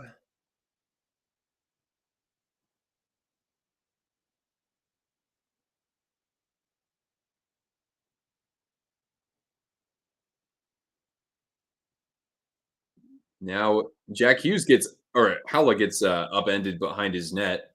No call. Pesci shooting for the empty net and he misses it just wide. Another young star on the rise, McTavish. I like me some Mason McTavish. I think, like I said, I think he's going to be the captain within 2 years, probably about 2 years, like in the 26-7 season. I think probably then, or at least when Scudis is, you know, done there. I would think that McTavish probably gets a crack at captain, or at least is in the conversation. Did I watch Game 5 of the World Series? No, I didn't. Like I did not watch any postseason baseball. I just know that it was a terrible collapse by the Yankees.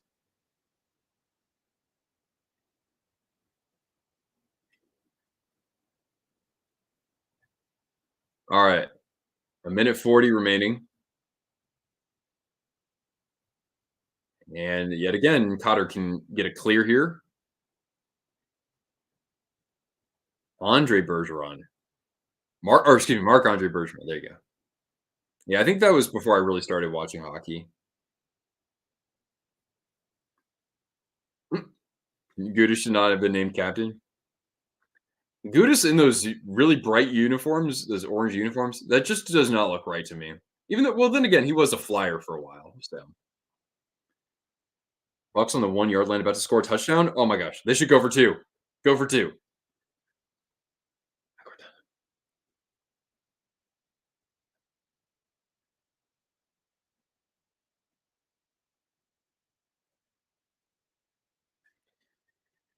All right, final 125. I mean, who would have thought that both of these games would have been 3-0?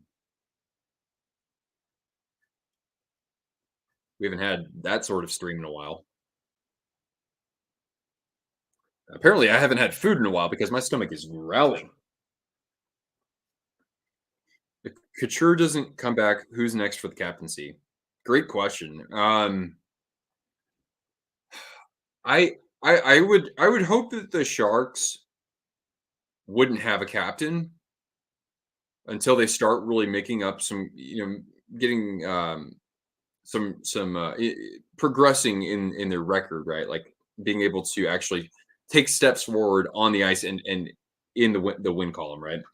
So it's like if Couture were to retire this year, I wouldn't have a captain this year. I wouldn't have a captain next year, and hopefully by then Celebrini might be ready. Um, I mean, like Granlund. If you want to have Granlund as a temporary captain, uh, I'm cool with that. Or Ferraro. Ferraro would make for Ferraro's beloved. The guy is such a freaking warrior out there. I mean, he's basically like Couture but on defense. Buck score, nice. Granny is yours, okay. I like Granny for because Granny's the guy who just he gets the motor starting for them. And what he's done for what was asked of him when he first came over to the team, he's just been amazing in that sense. Um, and yeah, Armadillo, that's exactly what we're going to get today. As we hear a few boos. I've had a little bees myself, but a few boos from the crowd. But yeah, I'd probably say if I had to appoint a captain like as it is right now, I'd say I'd go with Mario Ferraro, and then Granny would be an alternate. So yeah, there we go. Devils get the dub. So both road teams in a 3-0 victory. And yeah, Devils, man, just great systematically in this period. Uh, Oilers, of course, always able to hold on to the puck, but the Devils, no panic. Luke Hughes, I've never really sat down and watched Luke Hughes. I knew that he was gifted offensively. He's good defensively. He's very like he makes just smart plays. Very good skater. All right. So there we go. Final score for both games. OT for Chiefs and Bucks. Okay. Well, hold on a second now. I can watch that game. I've got ESPN, and my stomach is growling. And I was streaming for our members earlier today at 3:50, right about 3:50. So I've been live for over 4 hours. So I need to turn in for the night, or I need to, wind things down here. Thanks, guys, for hanging out with me. Lots of people stayed for hours on end here. I appreciate that. Thanks for the super chats, of course, guys, and for the memberships. Much appreciated. Here, let me show Cortana one more time, and then we'll bounce, okay? And I don't know when the next stream will be. It could be next week, so I'll make an announcement on that as soon as I know more. And you have a good rest of your week, of course, and I'll talk to you guys again very soon.